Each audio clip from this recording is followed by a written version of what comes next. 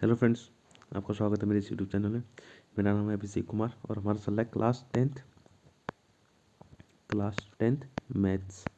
ठीक है, class 10 maths हम पढ़ रहे हैं। ठीक है, तो आज हम करने वाले हैं उत्तराखंड बोर्ड। ठीक है, यूके बोर्ड।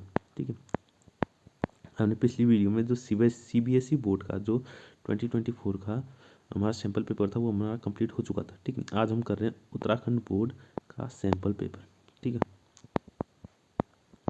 उत्तराखंड बोर्ड का सैम्पल पेपर 2024 के लिए। ठीक है, इसको हम सॉल्व करेंगे आज। ठीक है, अब इसका मतलब ये नहीं कि अगर उत्तराखंड बोर्ड का है तो आप सीबीएसई वाले बच्चे इसको देख ही नहीं सकते, बिल्कुल देख सकते हैं। ठीक है, क्वेश्चन तो लगभग सेम ही है, क्वेश्चन तो क्या होंगे, सेम ही होंगे। ठीक है, तो आपकी प्रैक्टिस हो जाएगी तो आप भी देख सकते हैं। ठीक है, और अगर आपका कोई उत्तराखंड बोर्ड वाला है तो आप उसको शेयर भी कर सकते हैं। ठीक है, तो आज हम स्टार्ट करते हैं। ठीक है, तो सबसे पहले हम समझते हैं पैटर्न। ठीक है, आखिर उत्तराखंड बोर्ड का पैटर्न कैसा होता है।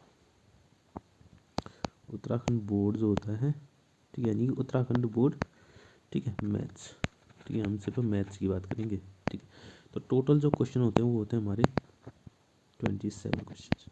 ठीक है, टोटल क्वेश्चन क्या होते कितने होते हैं, 27 क्वेश्चन हमारे आते हैं। ठीक है, इसमें केस बेस्ड स्टडी वाले नहीं आते। ठीक है, और जो मेनली होते हैं वो 1 से लेकिन 9 तक जो क्वेश्चन होते हैं हमारे वो 1 मार्क्स वाले होते हैं। क्या होते हैं, 1 मार्क्स वाले। ठीक है, 1 मार्क्स होते हैं जिसमें से हमारे कुछ एमसीक्यू होते हैं और कुछ सॉल्यूशन। ठीक है, और कुछ ऐसे क्वेश्चन हैं जिनमें हमें सॉल्यूशन करना पड़ता है। कुछ एमसीक्यू वाले होते हैं, कुछ सॉल्यूशन वाले होते हैं। ठीक है, 1 से लेके ये हमारे क्वेश्चन है, क्वेश्चन 1 से लेके क्वेश्चन 9 तक। ठीक है, और फिर क्वेश्चन 10 से लेके क्वेश्चन 16 तक हमारे आते हैं 2 मार्क्स वाले क्वेश्चन। ठीक है, और क्वेश्चन 17 से, सॉरी, ठीक है, क्वेश्चन 17 से 22 तक ये होते हैं हमारे 4 मार्क्स वाले। ठीक है, कितने होते हैं, 4 मार्क्स वाले। और जो हमारे क्वेश्चन 23 से 27 होते हैं ये होते हैं हमारे 5 मार्क्स वाले। कितने होते हैं, 5 मार्क्स वाले। ठीक है, तो ये जनरल पैटर्न होता है हमारा उत्तराखंड बोर्ड के मैथमेटिक्स का। ठीक है, तो आज हम करने वाले हैं। ठीक है, तो आज हम कंप्लीट करेंगे हमारे, इसमें सेक्शन नहीं होते। ठीक है, तो आज हमारे ये 1 से लेकर 9 और 10 से लेकर 16 यानी कि 1 मार्क्स वाले और 2 मार्क्स वाले ये हम आज कंप्लीट करेंगे, और 4 मार्क्स वाले और 5 मार्क्स वाले हम अगली वीडियो में कंप्लीट करेंगे। तो 2 वीडियोज़ में हमारा ये आराम से सैम्पल पेपर खत्म हो जाएगा। ठीक है, तो शुरुआत करते हैं। ठीक है, तो सबसे आते हैं पहले क्वेश्चन। ठीक है, यहाँ ये देखिएगा। ठीक है, फर्स्ट क्वेश्चन, ये जो हमारा फर्स्ट क्वेश्चन है। ठीक है, फर्स्ट क्वेश्चन। ठीक है, फर्स्ट क्वेश्चन में हमारे ये जो पहला क्वेश्चन है इसमें पार्ट्स दिए हुए हैं ए से लेके एच तक। ठीक है, ये हमारे क्या है, इसी के पार्ट्स हैं। पहले ये सब पहले क्वेश्चन में ही है। ठीक है, ये सब क्या है, पहले क्वेश्चन में, और सबके मार्क्स कितने होंगे, 1 मार्क्स के होंगे। ये सब कितने होंगे, 1 मार्क्स के होंगे। ठीक है, तो एक से लेके हमारे ए से लेके एच तक ये पूरा फर्स्ट क्वेश्चन ही है हमारा, क्या है, फर्स्ट क्वेश्चन है। ठीक है, तो ये सब एमसीक्यू है। क्या है, एमसीक्यू है, यानी कि इसमें आपको सॉल्व करने की ज़रूरत नहीं है। ठीक है, आप सीधे आप वहाँ एग्ज़ाम में क्या है, सिर्फ आप लिख सकते हैं कि पहला वाले का जो ए वाला है, ठीक है, फर्स्ट के ए पार्ट का जो आंसर है इसमें, ये पहला, दूसरा, तीसरा और चौथा जो भी आपका आंसर सही होता है आप उसको लिख सकते हैं। जैसे कि आपका अगर आंसर सेकंड सही है तो आप सेकंड लिख सकते हैं। ठीक है, आप फिर क्वेश्चन बी में जाएंगे। क्वेश्चन बी में आपका जो आंसर सही लग रहा है उसको लिखिएगा। जैसे आपको फर्स्ट आंसर सही लग रहा है तो आप ये लिख देंगे। ठीक है, तो इस तरीके से आपको, और जो इसका सॉल्व करना है, अगर इसको सॉल्यूशन करना है वो रफ में करेंगे हम। ठीक है, तो एमसीक्यू में ये होता है कि आपको सॉल्व करने की जरूरत नहीं पड़ती, आपको सीधे आंसर उसमें आपको ऑप्शन लिख देना है, कौन सा ऑप्शन हमारा सही है। ठीक है, तो चलो स्टार्ट करते हैं। ठीक है, स्टार्ट करते हैं। ठीक है, तो पहला हमारा देखिएगा क्या है हमारे पास, पहला फर्स्ट क्वेश्चन का जो ए पार्ट है। ठीक है, ए पार्ट है वो क्या कह रहा है, हिंदी और इंग्लिश दोनों में लिखा हुआ है। ठीक है, आपको जो पसंद है आप उसको उससे पढ़ सकते हैं। ठीक है, मेरी तो हिंदी बहुत कमज़ोर है। ठीक है, तो हिंदी में तो मुझे जो है समझ में नहीं आता। ठीक है, तो मैं इंग्लिश में ही पढ़ूंगा। ठीक है, इंग्लिश में पढ़ूंगा, लेकिन आप हिंदी में पढ़ सकते हैं। ठीक है, वैसे मैथ्स में आप हिंदी इंग्लिश दोनों से पढ़ सकते हैं, ऐसी कोई दिक्कत नहीं है। ठीक है, कि बस कुछ शब्द होते हैं जो कि अलग होते हैं, बाकी तो सेम ही होता है। ठीक है, सो हाँ, तो पहला क्वेश्चन कह रहा है इन the following irrational number is, इनमें से कौन सा इरेशनल नंबर है। ठीक है, इरेशनल नंबर है तो आपको पता ही होगा दो तरीके के नंबर होते हैं हमारे पास, या तो रेशनल होंगे, रेशनल नंबर होते हैं, और इरेशनल नंबर होते हैं।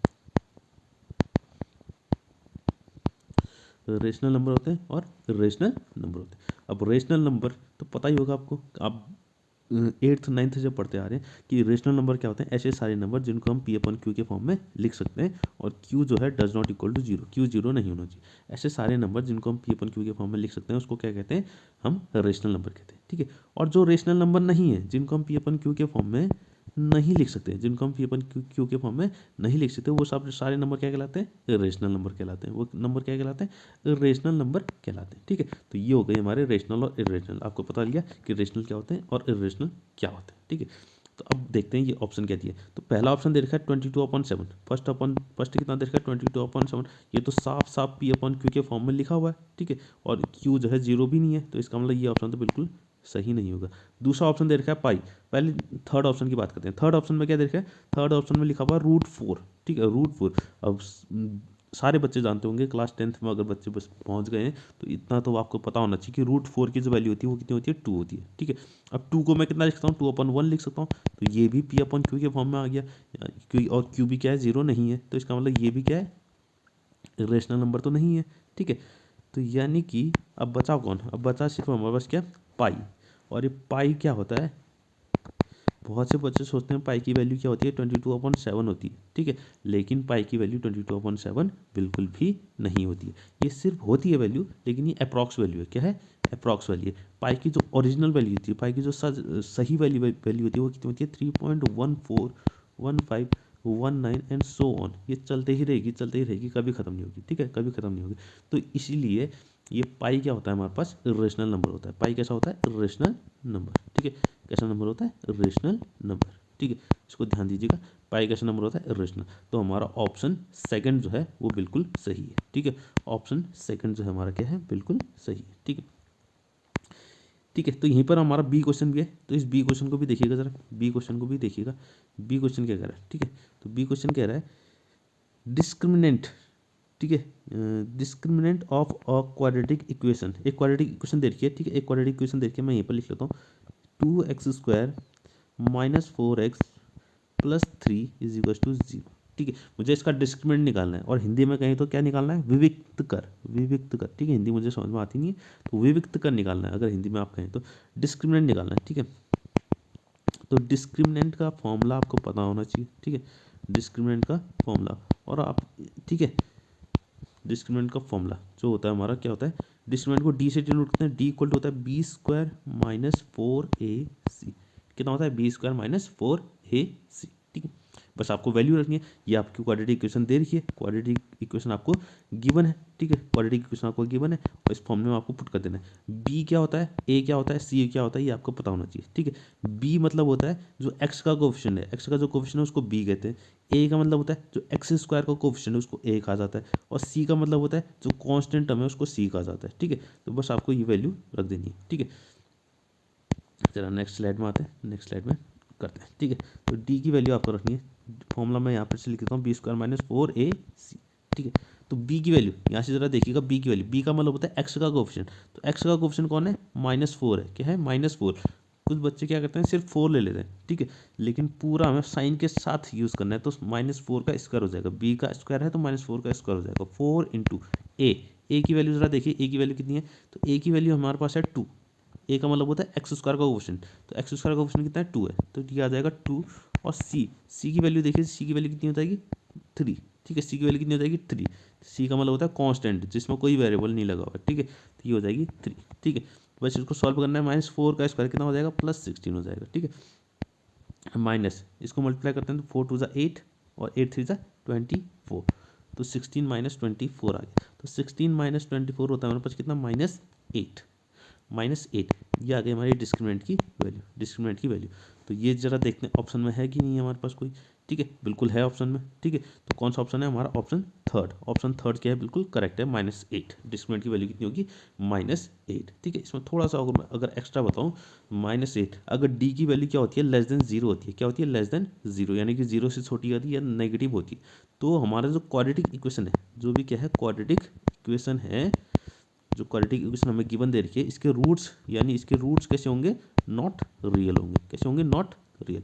तो जब डी की वैल्यू नेगेटिव होती है तो रूट्स कैसे होते हैं, नॉट रियल होते हैं। और अगर डी की वैल्यू = 0 होती है तो रूट्स कैसे होते हैं, इक्वल होते हैं, दोनों रूट्स क्या होंगे, इक्वल और रियल होंगे। और डी की वैल्यू अगर ग्रेटर देन 0 होती है तो रूट्स कैसे होते हैं, डिस्टिंक्ट और रियल होते हैं। ठीक है, ये मैंने एक्स्ट्रा नॉलेज बता दिया। ठीक है, एक्स्ट्रा उसमें थोड़ा बता दिया आपको। ठीक है, हाँ बात करते हैं अगले क्वेश्चन की। ठीक है, अब सी क्वेश्चन देखिएगा, हमारे 2 क्वेश्चन हो गए। ये पहला क्वेश्चन क्या चल रहा है, ठीक है, फर्स्ट क्वेश्चन के पार्ट्स चल रहे हैं। ठीक है, फर्स्ट क्वेश्चन के पार्ट्स चल रहे हैं। ठीक है, तो फर्स्ट क्वेश्चन का जो सी पार्ट है, ठीक है, सी पार्ट देखिएगा। सी पार्ट क्या कह रहा है, कॉट 60 का मान, कॉट 60 का मान है।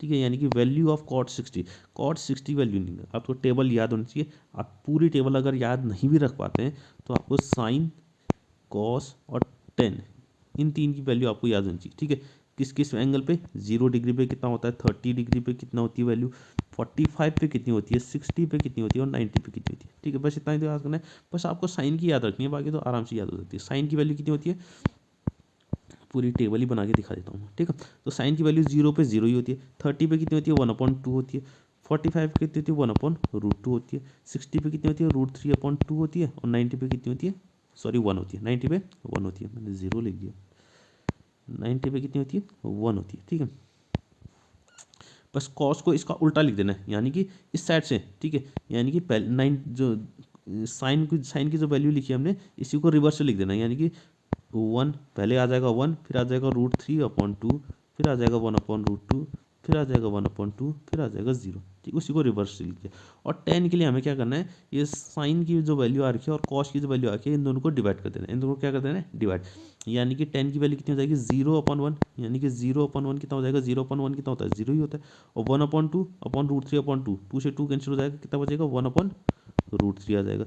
और 1/2/1 1 हो जाएगा, और √3/2 इंटू 1/1/2, 2 से 2 कैंसिल, तो ये √3 हो जाएगा। और 1/0 ये होता है हमारे पास नॉट डिफाइंड, नॉट डिफाइंड। ठीक है, तो बस आपको अगर ये 3 वैल्यूज भी याद हैं तो आप आराम से पूरी ट्रिग्नोमेट्रिक टेबल आप यूज़ कर सकते हैं, किसी की भी वैल्यू निकाल सकते हैं। बस आपको ये 3 याद होनी चाहिए, साइन, कॉस और टेन, साइन, कॉस और टेन। ठीक है, अब यहाँ देखिए। ठीक है, ये टेबल आपको याद होनी चाहिए, ये मैंने बना के भी दिखा दिया आपको। ठीक है, अब बात करते हैं क्वेश्चन की। ठीक है, क्वेश्चन में हमसे कॉट 60 पूछा हुआ है। कितना पूछा हुआ है, कॉट 60 पूछा हुआ है। ठीक है, तो कॉट 60, अब कॉट 60 अगर आपको याद नहीं है तो कोई बात नहीं, टेन 60 याद कर लीजिए। टेन 60 तो आपको याद होना ही चाहिए। टेन 60 की वैल्यू होती है √3, टेन 60 की वैल्यू कितनी होती है, √3। तो कॉट 60 जो होता है टेन 60 का रेसिप्रोकल होता है। क्या होता है, रेसिप्रोकल।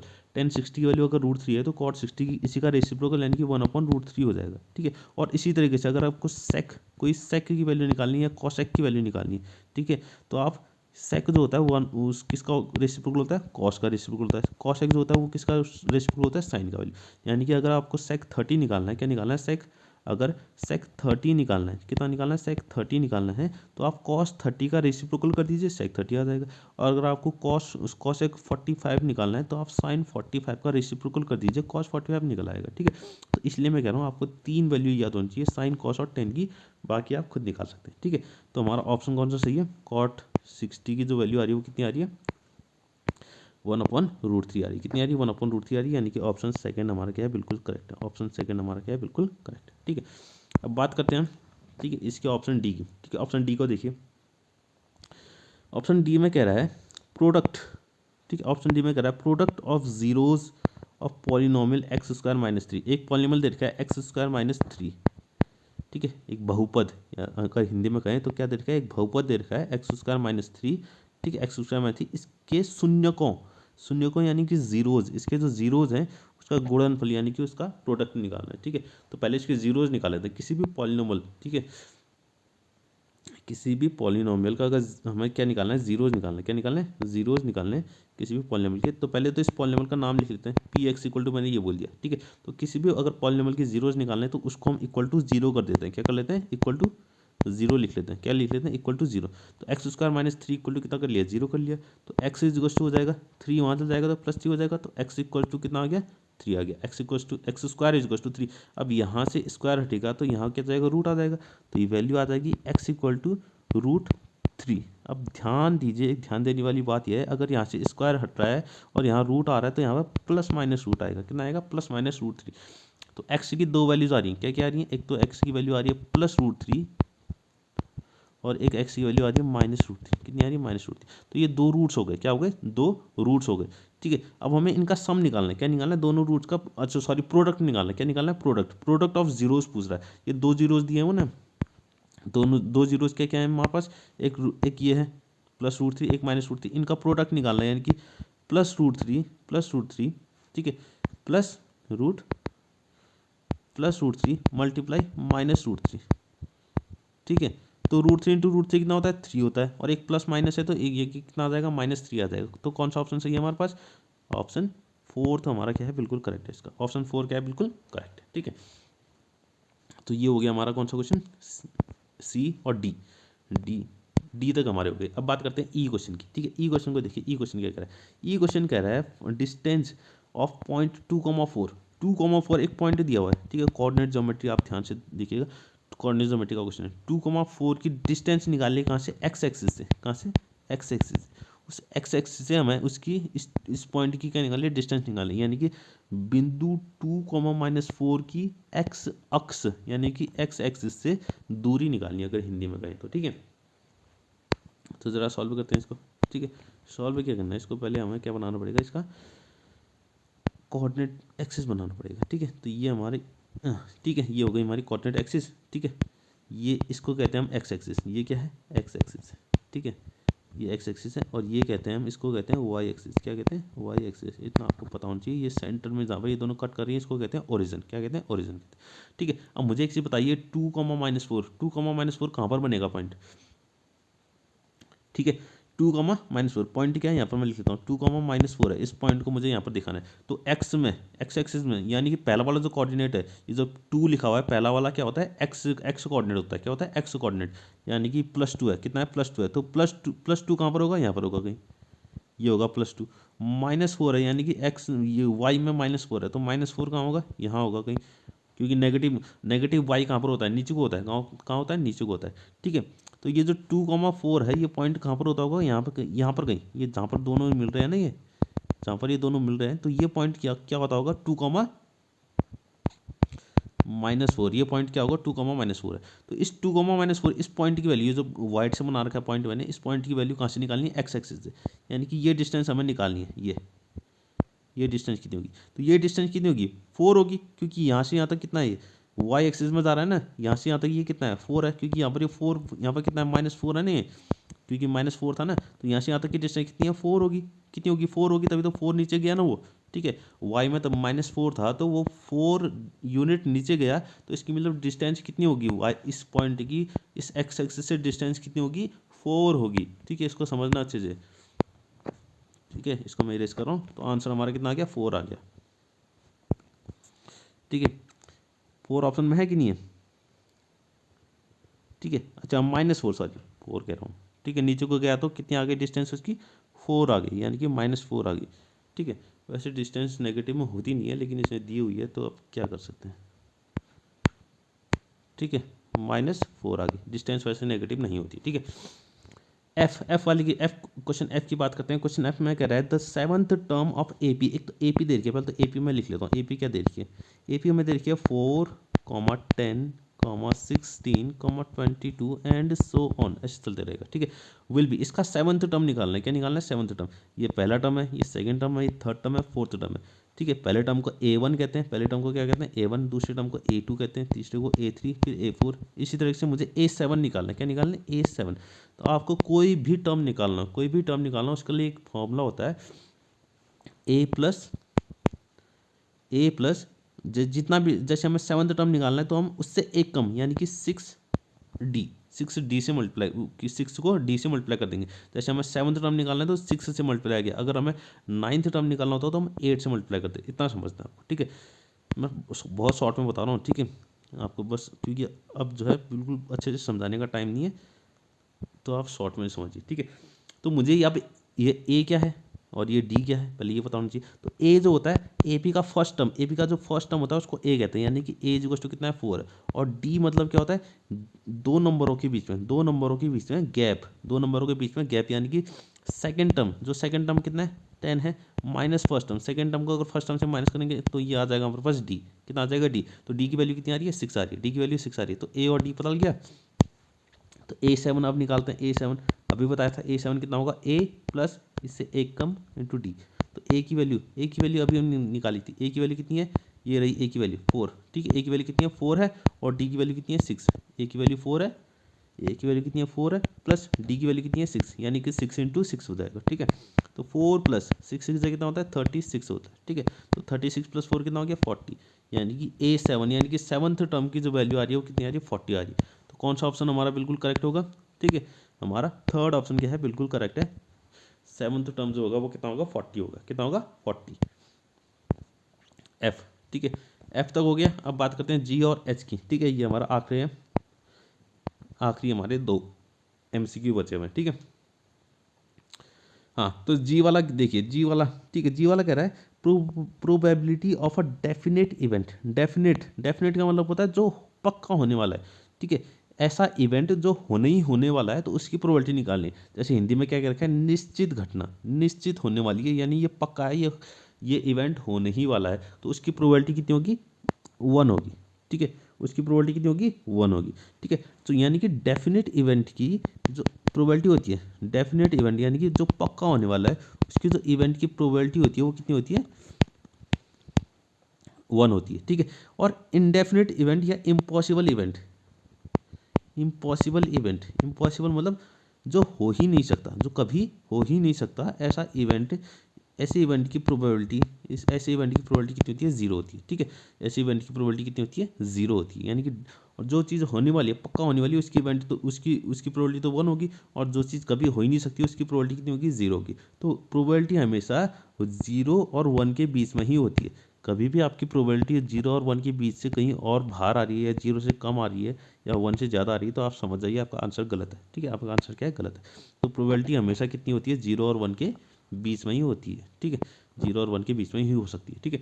तो इसका आंसर कितना है हमारा, डेफिनेट इवेंट की जो प्रोबेबिलिटी होगी वो कितनी होगी 1 होगी, यानी कि ऑप्शन हमारा कितना है थर्ड ऑप्शन क्या है, बिल्कुल सही है, ठीक है। अब बात करते हैं एच वाले में। देखिए फिगर दिया हुआ है एक, ठीक है। इस फिगर को मैं ज़रा नीचे से अच्छे से बना लेता हूँ। ये देखिएगा, कुछ इस तरीके का एक ट्राइंगल दिया हुआ है, इसका नाम दिया हुआ है ABC, बीच में एक लाइन डिवाइड कर दी है इसको DE, ठीक है। और गिवन दे रखा है DE जो है वो पैरेलल है किसके, BC के, ठीक है। तो अगर आपने NCERT अगर ध्यान से पढ़ी हो तो उसमें एक ट्राइंगल चैप्टर में एक थ्योरम है, क्या है, एक थ्योरम है, अब हिंदी में पता नहीं क्या कहते हैं उसको, एक थ्योरम है जिसका नाम है BPT, ठीक है, जिसको हम BPT कहते हैं, एक थ्योरम है, ठीक है, जिसको कहते हैं बेसिक प्रोपोर्शनैलिटी थ्योरम। B का मतलब है बेसिक, P का मतलब है प्रोपोर्शनैलिटी, और T का मतलब है थ्योरम, बेसिक प्रोपोर्शनैलिटी थ्योरम। अब इसे हिंदी में पता नहीं क्या कहते हैं, हिंदी में तो मुझे पता है नहीं, बेसिक प्रोपोर्शनैलिटी थ्योरम कहते हैं, ठीक है। इसको अगर मैं थोड़ा सा समझाऊं कि आखिर ये बेसिक प्रोपोर्शनैलिटी थ्योरम क्या होती है, ताकि आपको ये क्वेश्चन समझ में आए, तो BPT जो होती है वो क्या होती है। अगर एक ट्राइंगल है हमारे पास, क्या है, एक ट्राइंगल है जिसका नाम मैंने दे दिया ABC। इस ट्राइंगल की कोई भी दो साइड आप ले सकते हैं, कोई भी दो साइड ले लीजिए। उन दो साइड को कट करते हुए अगर एक लाइन जा रही है, क्या जा रही है, एक लाइन जा रही है, जिसको मैंने DE कह दिया, क्या कह दिया, DE। अब ये किसी भी दो साइड, कोई भी दो साइड को आप कट कर सकते हैं, ठीक है। मैंने AB और AC को, इस साइड को और इस साइड को, AC को कट किया, कट करते हुए कौन जा रही है, ये DE लाइन जा रही है, ठीक है। और ये DE लाइन कुछ इस तरीके से कट कर रही है कि जो तीसरी लाइन बच गई है, ये BC लाइन जो बच गई, BC के पैरेलल जा रही है, क्या जा रही है, BC के पैरेलल, यानी कि DE जो है वो पैरेलल है किसके, BC के। यानी ये जो DE लाइन है ये क्या कर रही है, दो साइड को तो कट कर रही है, और तीसरी साइड की क्या है, पैरेलल है, तीसरी साइड की क्या है, पैरेलल है। तब हम BPT का यूज़ करते हैं, क्या करते हैं, BPT का यूज़ करते हैं। तो BPT कहती है, तो BPT का मतलब है, ये थ्योरम जो है वो थ्योरम कहती है, अगर ऐसी लाइन जो है जो कि पैरेलल है तीसरे साइड के, क्या है, ट्राइंगल के एक तीसरे साइड की क्या है, पैरेलल है, तो ये जो लाइन है ये क्या करती है, दोनों साइड को, जिन दो साइड को क्या कर रही है, काट रही है, इन दो साइड को काट रही है ना, AB को और AC को, इन दो साइड को क्या करेगी, कट कर रही है। तो ये कट कर रही है तो ये बराबर रेशियो में कट करेगी, क्या करेगी, बराबर रेशियो, यानी कि AD होगा, AD upon BD is equal to किसके बराबर होगा, AE अपॉन EC के, ठीक है। यानी कि AD अपॉन BD, यानी दोनों साइड का ratio AD upon BD is equal to किसके बराबर होगा, AE अपॉन EC, ठीक है। तो ये होती है हमारी BPT, ठीक है। इससे आसान से आपको मैं समझा नहीं सकता, ठीक है। और इसका प्रूफ जो होता है वो भी आप ध्यान से समझिएगा, उसको ध्यान से आप करके जाइए, क्या पता एग्जाम में आ सकता है। ठीक है, वैसे उत्तराखंड बोर्ड, मैं एक चीज़ और बताऊँ, अगर उत्तराखंड बोर्ड का आपको पढ़ना है, उत्तराखंड बोर्ड में अगर आपको अच्छे मार्क्स लाने तो आप एनसीईआरटी को अच्छे से पढ़िए। एनसीईआरटी अगर आपके अच्छे से कंप्लीट है तो आप बिल्कुल बहुत अच्छे मार्क्स ला सकते हैं। ठीक है, तो ये आपकी बीपीटी होगी। ठीक है, बीपीटी आप समझ गए होंगे। ठीक है, अब बात करते हैं क्वेश्चन की। ठीक है, अब हम आते हैं क्वेश्चन में। ठीक है, इसको सब इरेज करते हैं, फिर बात करते हैं क्वेश्चन की। ठीक है, क्वेश्चन देखिए, क्वेश्चन क्या कह रहा था। ठीक है, क्वेश्चन में फिगर दिया हुआ है। ठीक है, गिवन क्या दिया है, AD upon D B equals to 2/3। ठीक है, गिवन दे रखा है। ठीक है, पहले गिवन लिख लेते हैं, ऐसे लिखने की जरूरत नहीं है, तो MCQ है लेकिन फिर भी लिख लेते हैं। A D upon D B is equals to दे रखा है 2/3, कितना दे रखा है 2/3 दिया हुआ है। ठीक है, 2/3 दिया हुआ है, और EC की वैल्यू कितनी दे रखी है 6 सेंटीमीटर। EC की वैल्यू कितनी दे रखी है 6 सेंटीमीटर, तो EC इक्वल्स टू दे रखा है 6, EC इक्वल्स टू 6 सेंटीमीटर दिया हुआ है। और हमें कैलकुलेट क्या करना है, AE की वैल्यू, AE की वैल्यू हमें कैलकुलेट करनी है। AE is equals to question mark. ठीक है, AE कैलकुलेट करना है। ठीक है, फिगर में एक बार फिर से यहाँ बना देता हूँ, ये हमारा दिया हुआ है, और बीच में यहाँ पर कितना, ये DE है और ये ABC। ठीक है, और DE पैरेलल कितना दे रखा है, DE जो है, ये जो DE लाइन है पैरेलल इसके BC के। ठीक है, तो BPT इस्तेमाल कर सकते हैं ना, तो BPT के लिए बिल्कुल सही कंडीशन दे रखी है। BPT में ऐसा ही तो होता है। ठीक है, ऐसा ही तो होता है। BPT में हमें यही तो चाहिए होता है, एक ट्राइंगल चाहिए जो एक लाइन चाहिए जो इसकी दो साइड को क्या कर रही हो, कट कर रही हो। ठीक है, और वो तीसरी साइड के क्या हो, पैरेलल हो। बिल्कुल यही तो हो रहा है, यही तो सब होता है। और BPT कहती है अगर ऐसा है तो ये दोनों साइड का रेशियो क्या होगा, बराबर होगा, यानी कि AD upon B D is equal to किसके होगा, AE अपॉन EC के, ठीक है, बस वैल्यू रख देनी है। ठीक है, AD अपॉन बी डी कितना दिया हुआ है, यहाँ अगर देखें ये AD अपॉन बी डी की वैल्यू देखिए 2/3, तो ये हो जाएगा 2/3 इज इक्वल टू AE। ठीक है, AE की वैल्यू हमें कैलकुलेट करनी है, तो AE अपॉन EC कितना दे रखा है 6। ठीक है, तो बस क्रॉस मल्टीप्लाई करना है हमें। ठीक है, कितना आ गया 2/3 is equal to AE upon 6 आ गया। ठीक है, तो इसको हमें क्रॉस मल्टीप्लाई करना है, तो क्रॉस मल्टीप्लाई करते हैं, 6 यहाँ जाएगा और ये 3 यहाँ चला जाएगा, तो 6 2 जा कितना हो गया 12 हो गया, और ये हो गया 3AE, कितना आ गया 3AE, क्रॉस मल्टीप्लाई कर दिया। अब 3 कहाँ चल जाएगा, यहाँ नीचे चल जाएगा क्योंकि मल्टीप्लाई में है वहाँ, तो यहाँ आके डिवाइड हो जाएगा, 12/3 हो गया, 3 4 जा कितना हो गया 12, तो AE की वैल्यू कितनी आ गई 4 आ गई, AE की वैल्यू कितनी आ गई 4 आ गई। तो इसका मतलब कौन सा ऑप्शन सही है हमारा, AE की वैल्यू 4 आ रही है, यानी कि ऑप्शन बी बिल्कुल, ऑप्शन सेकंड जो है वो बिल्कुल सही है। ऑप्शन सेकंड क्या है, बिल्कुल सही है। ठीक है, चलो, तो ये ऑप्शन वाले क्वेश्चन हमारे खत्म हो गए। ठीक है, अब आते हैं हम क्वेश्चन नंबर 2 में। ठीक है, पहला क्वेश्चन हमारा कंप्लीट हो चुका है। ठीक है, जिसमें सारे ऑप्शन वाले थे। अब हम बात करेंगे सेकंड क्वेश्चन में। अब सेकंड क्वेश्चन ये भी 1 मार्क्स का ही है। ठीक है, ये भी कितना है 1 मार्क्स का क्वेश्चन है, लेकिन ऑप्शन वाला नहीं है, तो इसको हमें सॉल्व करना पड़ेगा। क्या करना पड़ेगा, सॉल्व करना पड़ेगा। ठीक है, क्वेश्चन कह रहा है find the volume of cylinder having height 7 centimetre and base diameter 10। ठीक है, तो हमें एक सिलेंडर की क्या निकालना है, वॉल्यूम निकालना है। क्या निकालना है, सिलेंडर का वॉल्यूम निकालना है। ठीक है, सिलेंडर का वॉल्यूम निकालना है जिसकी हाइट कितनी है 7 सेंटीमीटर और बेस डायमीटर कितना है 10। ठीक है, तो एक सिलेंडर बना लेते हैं। ठीक है, ये हमारे पास क्या है, एक सिलेंडर है। ठीक है, ये क्या बन गया हमारे पास, एक सिलेंडर बन गया। ठीक है, ये हमारे पास एक सिलेंडर बन गया। ठीक है, ये सिलेंडर बन गया। तो एक काम करते हैं, इसकी हाइट कितनी दे रखी है, इसकी हाइट हमें दे रखी है 7 सेंटीमीटर। ठीक है, तो ये 7 सेंटीमीटर तो इसकी हाइट हो गई, यहाँ से यहाँ तक हाइट हो गई। और बेस का डायमीटर दे रखा है, डायमीटर यानी कि पूरा डायमीटर कितना दे रखा है 10 सेंटीमीटर। लेकिन हमें डायमीटर से कुछ नहीं चाहिए, हमें तो क्या चाहिए, रेडियस चाहिए। तो रेडियस कितनी हो जाएगी, तो यहाँ पर लिख लेंगे रेडियस इज इक्वल टू कितना हो जाएगा, आपको इतना पता होना चाहिए, डायमीटर का जो आधा होता है, डायमीटर का हाफ क्या होता है, रेडियस होती है। अगर डायमीटर 10 है तो रेडियस कितनी हो जाएगी 10/2, यानी कि 5 सेंटीमीटर। कितना हो जाएगा 5 सेंटीमीटर। तो हमें वॉल्यूम निकालना है, तो वॉल्यूम ऑफ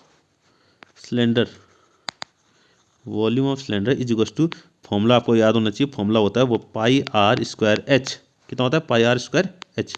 पाई की वैल्यू कितनी होती है 22/7, r की वैल्यू कितनी है 5 है, 5 r स्क्वायर है तो 5 और h हाइट हमें दे रखा है 7। ठीक है, सॉरी h की जगह मैंने h ही लिख दिया ना, इसको चलो हाँ ठीक है, एच की वैल्यू कितनी है 7, तो 7 से 7 कैंसिल, तो बचा कितना 22 इंटू और 5 5 कितना हो जाएगा 25, तो 22 इंटू 25, 22 इंटू 25, तो अगर 22 इंटू 25 करेंगे तो कितना आएगा 25 टू जा 50, 25 टू जा 50, 550 सेंटीमीटर क्यूब। यूनिट लगाना कभी ना भूलें, ठीक है। वॉल्यूम की यूनिट क्यूब में लिखी जाती है, किस में लिखी जाती है क्यूब में, ठीक है। वॉल्यूम अगर एरिया निकालना है तो एरिया की यूनिट स्क्वायर में आती है, वॉल्यूम की यूनिट किस में आती है क्यूब में आती है, ठीक है। तो हमारा आंसर आ गया कितना 550 सेंटीमीटर क्यूब, ठीक है। तो 1 मार्क्स का क्वेश्चन है, छोटा सा क्वेश्चन है, ज़्यादा इसमें। और अगर ये ऑप्शन नहीं दिए हैं तो आपको ये सब पूरा सॉल्व करना पड़ेगा, ये जो भी मैंने किया है ये सब ये पूरा क्या करना पड़ेगा आपको सॉल्व करना पड़ेगा, आपके एग्जाम में भी इस तरीके से सॉल्व करना पड़ेगा, ठीक है। तो ये आ गया 550 सेंटीमीटर क्यूब। बात करते हैं थर्ड क्वेश्चन की। थर्ड क्वेश्चन क्या कह रहा है, थर्ड क्वेश्चन कह रहा है if 10a is equal to 3/5 find cos a, ठीक है। यदि 10a की वैल्यू 3/5 है तो cos a का मान ज्ञात करो, ठीक है। हिंदी में अगर समझे तो 10a की वैल्यू हमें दे रखी है, 10a इज इक्वल टू हमें दे रखा है 3/5, कितना दिया हुआ है 3/5, ठीक है। अगर आपको थोड़ा सा ट्रिग्नोमेट्री अगर आपने पढ़ी है तो आपको रेशियोज याद होनी चाहिए, क्या होनी चाहिए रेशियो याद होनी चाहिए। 10a यानी कि 10 का जो रेशियो होता है, मैं अभी खाली रफ में लिख रहा हूँ, इसको लिखने की जरूरत नहीं है। 10 का जो रेशियो होता है वो कितना होता है परपेंडिकुलर, या खाली p लिख देते हैं, परपेंडिकुलर अपॉन बेस। आपने याद किया होगा ना, जैसे साइन का क्या होता है, साइन का होता है परपेंडिकुलर अपॉन हाइपोटेन्यूज, कॉस का कितना होता है बेस अपॉन हाइपोटेन्यूज। बस ये 3 याद करना है आपको, साइन कॉस और टेन। साइन का होता है परपेंडिकुलर अपॉन हाइपोटेन्यूज, कॉस का होता है बेस अपॉन हाइपोटेन्यूज, और टेन का होता है परपेंडिकुलर अपॉन बेस। अगर आप फिर कॉट का निकालना चाहिए कि कॉट का क्या होता है, सेक का क्या होता है, कॉसेक का क्या होता है रेशियो, तो कॉट का जो रेशियो होता है वो 10 का रेसिप्रोकल। अगर 10 का कितना है p अपॉन बी है, यानी कि परपेंडिकुलर अपॉन बेस है, तो कॉट का कितना हो जाएगा बेस अपॉन परपेंडिकुलर हो जाएगा 10 का रेसिप्रोकल। और सेक जो होता है वो कॉस का रेसिप्रोकल होता है। अगर कॉस का क्या है b अपॉन एच है, कितना है b अपॉन एच है, यानी कि बेस अपॉन हाइपोटेन्यूज है, तो सेक का कितना हो जाएगा h अपॉन b हो जाएगा। और कॉसेक का जो कितना हो जाएगा, कॉसेक जो होता है साइन का रेसिप्रोकल होता है। अगर साइन की वैल्यू कितनी है p अपॉन एच है, तो कॉसेक की कितनी हो जाएगी h अपॉन p हो जाएगी, ठीक है। इतना आपको याद होना चाहिए, ठीक है। तो 10 यहाँ पर आपको 10 का याद करना है, ठीक है। 10 का जो है इंपॉर्टेंट है यहाँ पर। परपेंडिकुलर अपॉन कितना होता है बेस होता है, कितना होता है परपेंडिकुलर अपॉन बेस, ठीक है। परपेंडिकुलर अपॉन बेस, ठीक है, परपेंडिकुलर अपॉन बेस होता है, ठीक है। इसका मतलब है ये एक, अगर हम एक राइट एंगल ट्राइंगल बनाए, क्या बनाए एक राइट एंगल ट्राइंगल बनाए, ठीक है। और ये एंगल को मैं ए कह दूँ, क्या कह दूँ ए कह दूँ, 10a है ना, ये ए का मतलब एंगल है, ठीक है। इसे को मैंने एंगल ए कह दिया, क्या कह दिया ए कह दिया, ठीक है। और इस ट्राइंगल का नाम दे दिया एक्स वाई जेड, इस एंगल का नाम क्या, इस ट्राइंगल का नाम दे दिया एक्स वाई जेड। तो 10 की वैल्यू कितनी होती है परपेंडिकुलर अपॉन बेस होती है, तो ये 3 जो होगा ये क्या होगा परपेंडिकुलर होगा। तो परपेंडिकुलर कौन है, ये है, ये हमारा परपेंडिकुलर होता है, यानी कि ये 3 होगा, और बेस यानी कि 5 ये है, ठीक है, ये 5 होगा, ठीक है। तो हमें हाइपोटेन्यूज निकालनी है सबसे पहले, तो हाइपोटेन्यूज क्या निकालेंगे, हाइपोटेन्यूज निकालेंगे। तो हाइपोटेन्यूज निकालने के लिए अगर आपको पता है राइट एंगल ट्राइंगल में हमारा क्या यूज़ होता है पाइथागोरस थ्योरम, ठीक है। अब पाइथागोरस थ्योरम बताने की ज़रूरत नहीं पड़नी चाहिए, ठीक है। अगर पाइथागोरस थ्योरम बताने की ज़रूरत भी पड़ रही है फिर तो बहुत दिक्कत है, आपको शुरू से पढ़ना पड़ेगा, ठीक है। पाइथागोरस थ्योरम क्या होती है, हाइपोटेन्यूज का स्क्वायर इज इक्वल्स टू बाकी दोनों साइड के स्क्वायर का सम, ठीक है, यानी कि एक्स जेड का स्क्वायर प्लस वाई जेड का स्क्वायर, ठीक है। तो एक्स वाई का स्क्वायर ये तो हमें कैलकुलेट ही करना है, ठीक है, इज इक्वल्स टू, ठीक है, एक्स जेड कितना है 5, 5 का स्क्वायर यानी कि 5 का स्क्वायर अगर सीधे में लिख दूँ, ठीक है, चलो सीधे नहीं लिखते हैं, 5 का स्क्वायर लिखते हैं प्लस 3 का स्क्वायर, ठीक है, इतना हो गया, ठीक है। नेक्स्ट पेज में चलते हैं। तो x y square equal to हो गया 5 का स्क्वायर कितना 25 प्लस 3 का स्क्वायर कितना 9। तो 25 प्लस 9 कितना होता है, 25 प्लस 9 कितना होता है 34 ही होता है शायद, ठीक है, हाँ ठीक है। X y square equal to कितना आ गया, एक्स वाई की वैल्यू एक्स वाई स्क्वायर कितना आ गया 34। तो एक्स वाई, ठीक है, तो x y is equal to कितना हो जाएगा √34 हो जाएगा, √34। तो एक्स वाई की वैल्यू कितनी आ रही है √34 आ रही है, ठीक है, यानी कि हाइपोटेन्यूज मुझे मिल गया √34। अब बात करते हैं क्या निकालना क्या है हमें निकालना है कॉस ए की वैल्यू, ठीक है। कॉस ए की वैल्यू, अब यहाँ से ध्यान से देखिएगा कॉस ए। अब कॉस ए जो होता है, अभी मैंने बताया था रेशो, कॉस ए कितना होता है, कॉस ए का रेशो होता है base upon hypotenuse, base upon hypotenuse. तो बेस कितना है 5 है, बेस कितना है 5 है, और हाइपोटेनस अभी हमने निकाला था एक्स वाई कितना आया था, √34 आया, कितना है √34 आया, ठीक है। तो यहाँ देखिएगा बेस, बेस कितना है, ठीक है। और कभी भी ऐसा नहीं लिखना है कॉस ए की वैल्यू कितनी होगी, बी अपॉन एच। कुछ बच्चे ऐसे लिख क्या करते हैं b upon h, b upon h का मतलब क्या है, कुछ नहीं है, ठीक है। जो चेक कर रहा है, जो आपका एग्जामिनर चेक कर रहा है, जो टीचर चेक कर रहा है, उसको थोड़ी समझ में आता है कि बी अपॉन एच का मतलब क्या है, ठीक है। तो आपने फिगर बनाया हुआ है, फिगर बनाया हुआ है तो फिगर की वैल्यू रखिए। बेस कितना है इसमें, बेस है एक्स जेड, बेस कितना है x z upon x y हो जाएगा, x z upon x y ऐसे लिखना है, ठीक है। X z upon x y, x z की वैल्यू 5 है, ओ सॉरी एक्स जेड की वैल्यू क्या लिख रहा हूँ यहाँ, ठीक है। एक्स जेड की वैल्यू कितनी है 5 है, और एक्स वाई की वैल्यू अभी निकाली √34। तो कॉस ए की वैल्यू कितनी आ जाएगी 5 अपॉन √34। ये हमारा क्या हो गया, आंसर हो गया, ठीक है। ये हमारा क्या हो गया, आंसर हो गया, ठीक है। तो इस तरीके से आपको करना है, ठीक है। नेक्स्ट फोर्थ क्वेश्चन में आएंगे। फोर्थ क्वेश्चन क्या है, find the number of terms in the AP. एक तो एपी दे रखिए, पहले तो एपी में इसको अच्छे से लिख लेता हूँ नीचे। एपी एपी क्या दे रखिए, 7 13 19 ... 205। जब भी आपको एपी दी हो तो आप सबसे पहले तीन चीज़ें तो आप निकाल ही लें, दो चीज़ें तो आप निकाल ही लें। पहले तो ए का मतलब पहला टर्म कितना है 7, ए इक्वल टू कितना हो गया 7। डी कितना होगा second term minus first term, यानी कि 13 - 7, यानी कि गैप कितना है इन दोनों के बीच में, 13 - 7 कितना आ जाएगा, 13 में से अगर 7 माइनस करेंगे तो 6 आ जाएगा। तो डी की वैल्यू कितनी है 6 है। और अगर लास्ट टर्म दिया हुआ है, लास्ट टर्म हमें दिया हुआ है, तो लास्ट टर्म को कहते हैं हम ए एन, क्या कहते हैं ए एन। ए एन की वैल्यू कितनी आ गई 205, ए एन की वैल्यू कितनी होगी 205, ठीक है। ए एन की वैल्यू होगी 205। तो हमें क्या निकालना है, फाइंड नंबर ऑफ टर्म्स। क्या कह रहा है, नंबर ऑफ टर्म्स निकालने, क्या निकालने, number of terms. Number of terms निकालने इसका मतलब है एन, एन की वैल्यू निकालनी है, यानी कि एन हमें पता नहीं है, एन की वैल्यू क्वेश्चन मार्क, एन की वैल्यू हमें कैलकुलेट करनी है, ठीक है। एन की वैल्यू अगर कैलकुलेट करनी है तो फॉर्मूला क्या होता है ए एन का, आपको याद होना चाहिए nth term of A P, ठीक है। ठीक है, वो एनसीईआरटी में एक टॉपिक है हमारे पास nth term of A P, उसमें ए एन इक्वल टू हमें निकाल, फॉर्मूला है a + n - 1 × डी, आपको याद होना चाहिए, ठीक है। इसी फॉर्मूले से हम क्या निकालेंगे, एन की वैल्यू निकालेंगे, किसकी वैल्यू, एन की वैल्यू, ठीक है। तो ए एन की वैल्यू हमें देखिए, एन की वैल्यू कितनी है 205, तो ए एन की जगह पे 205 रख दिया। ए की वैल्यू हमें पता है, ए की वैल्यू कितनी है 7 है, प्लस एन, एन की वैल्यू हमें पता नहीं है, एन की वैल्यू कैलकुलेट करनी है, तो इसको एन की जगह एन ही रखा, n - 1, और डी की वैल्यू कितनी है 6 है, तो बाहर से 6 आ गई, ठीक है। अब इस 7 को उठा के हम कहाँ भेज देंगे, यहाँ भेज देंगे, ठीक है। अगले पेज में भेजते हैं इसको। तो ये आ गया 205 - 7 आ गया इज टू ब्रैकेट में n - 1, और बाहर से कितना है 6 है, बाहर से कितना है 6 है, ठीक है। हाँ 205 में से अगर 7 को माइनस करें तो कितना आएगा 198 आ जाएगा, हाँ 198 ही आ जाएगा, इक्वल टू n - 1 × 6। अब ये 6 यहाँ मल्टीप्लाई में, वहाँ जाके क्या हो जाएगा डिवाइड हो जाएगा, तो ये आ जाएगा n - 1 इज इक्वल टू आ जाएगा 198/6। इसको 6 से अगर कट करें तो 6 3 = 18, 6 3 = 18, तो n - 1 की जो वैल्यू आ रही है वो कितनी आ रही है 33 आ रही है, कितना आ रही है 33 आ रही है। तो n की वैल्यू कितनी हो जाएगी, -1 उधर जाके कितना हो जाएगा +1 हो जाएगा, ठीक है। तो 33 + 1, तो यानी कि 34। तो n की जो वैल्यू आ रही है वो कितनी आ रही है 34, यानी कि नंबर ऑफ टर्म्स, ठीक है। लास्ट में लिख देंगे नंबर ऑफ टर्म्स, यानी इस एपी में टोटल टर्म्स कितने होंगे 34 होंगे, कितने होंगे 34 होंगे, ठीक है। तो ये हमारा क्या हो गया, आंसर हो गया, ठीक है।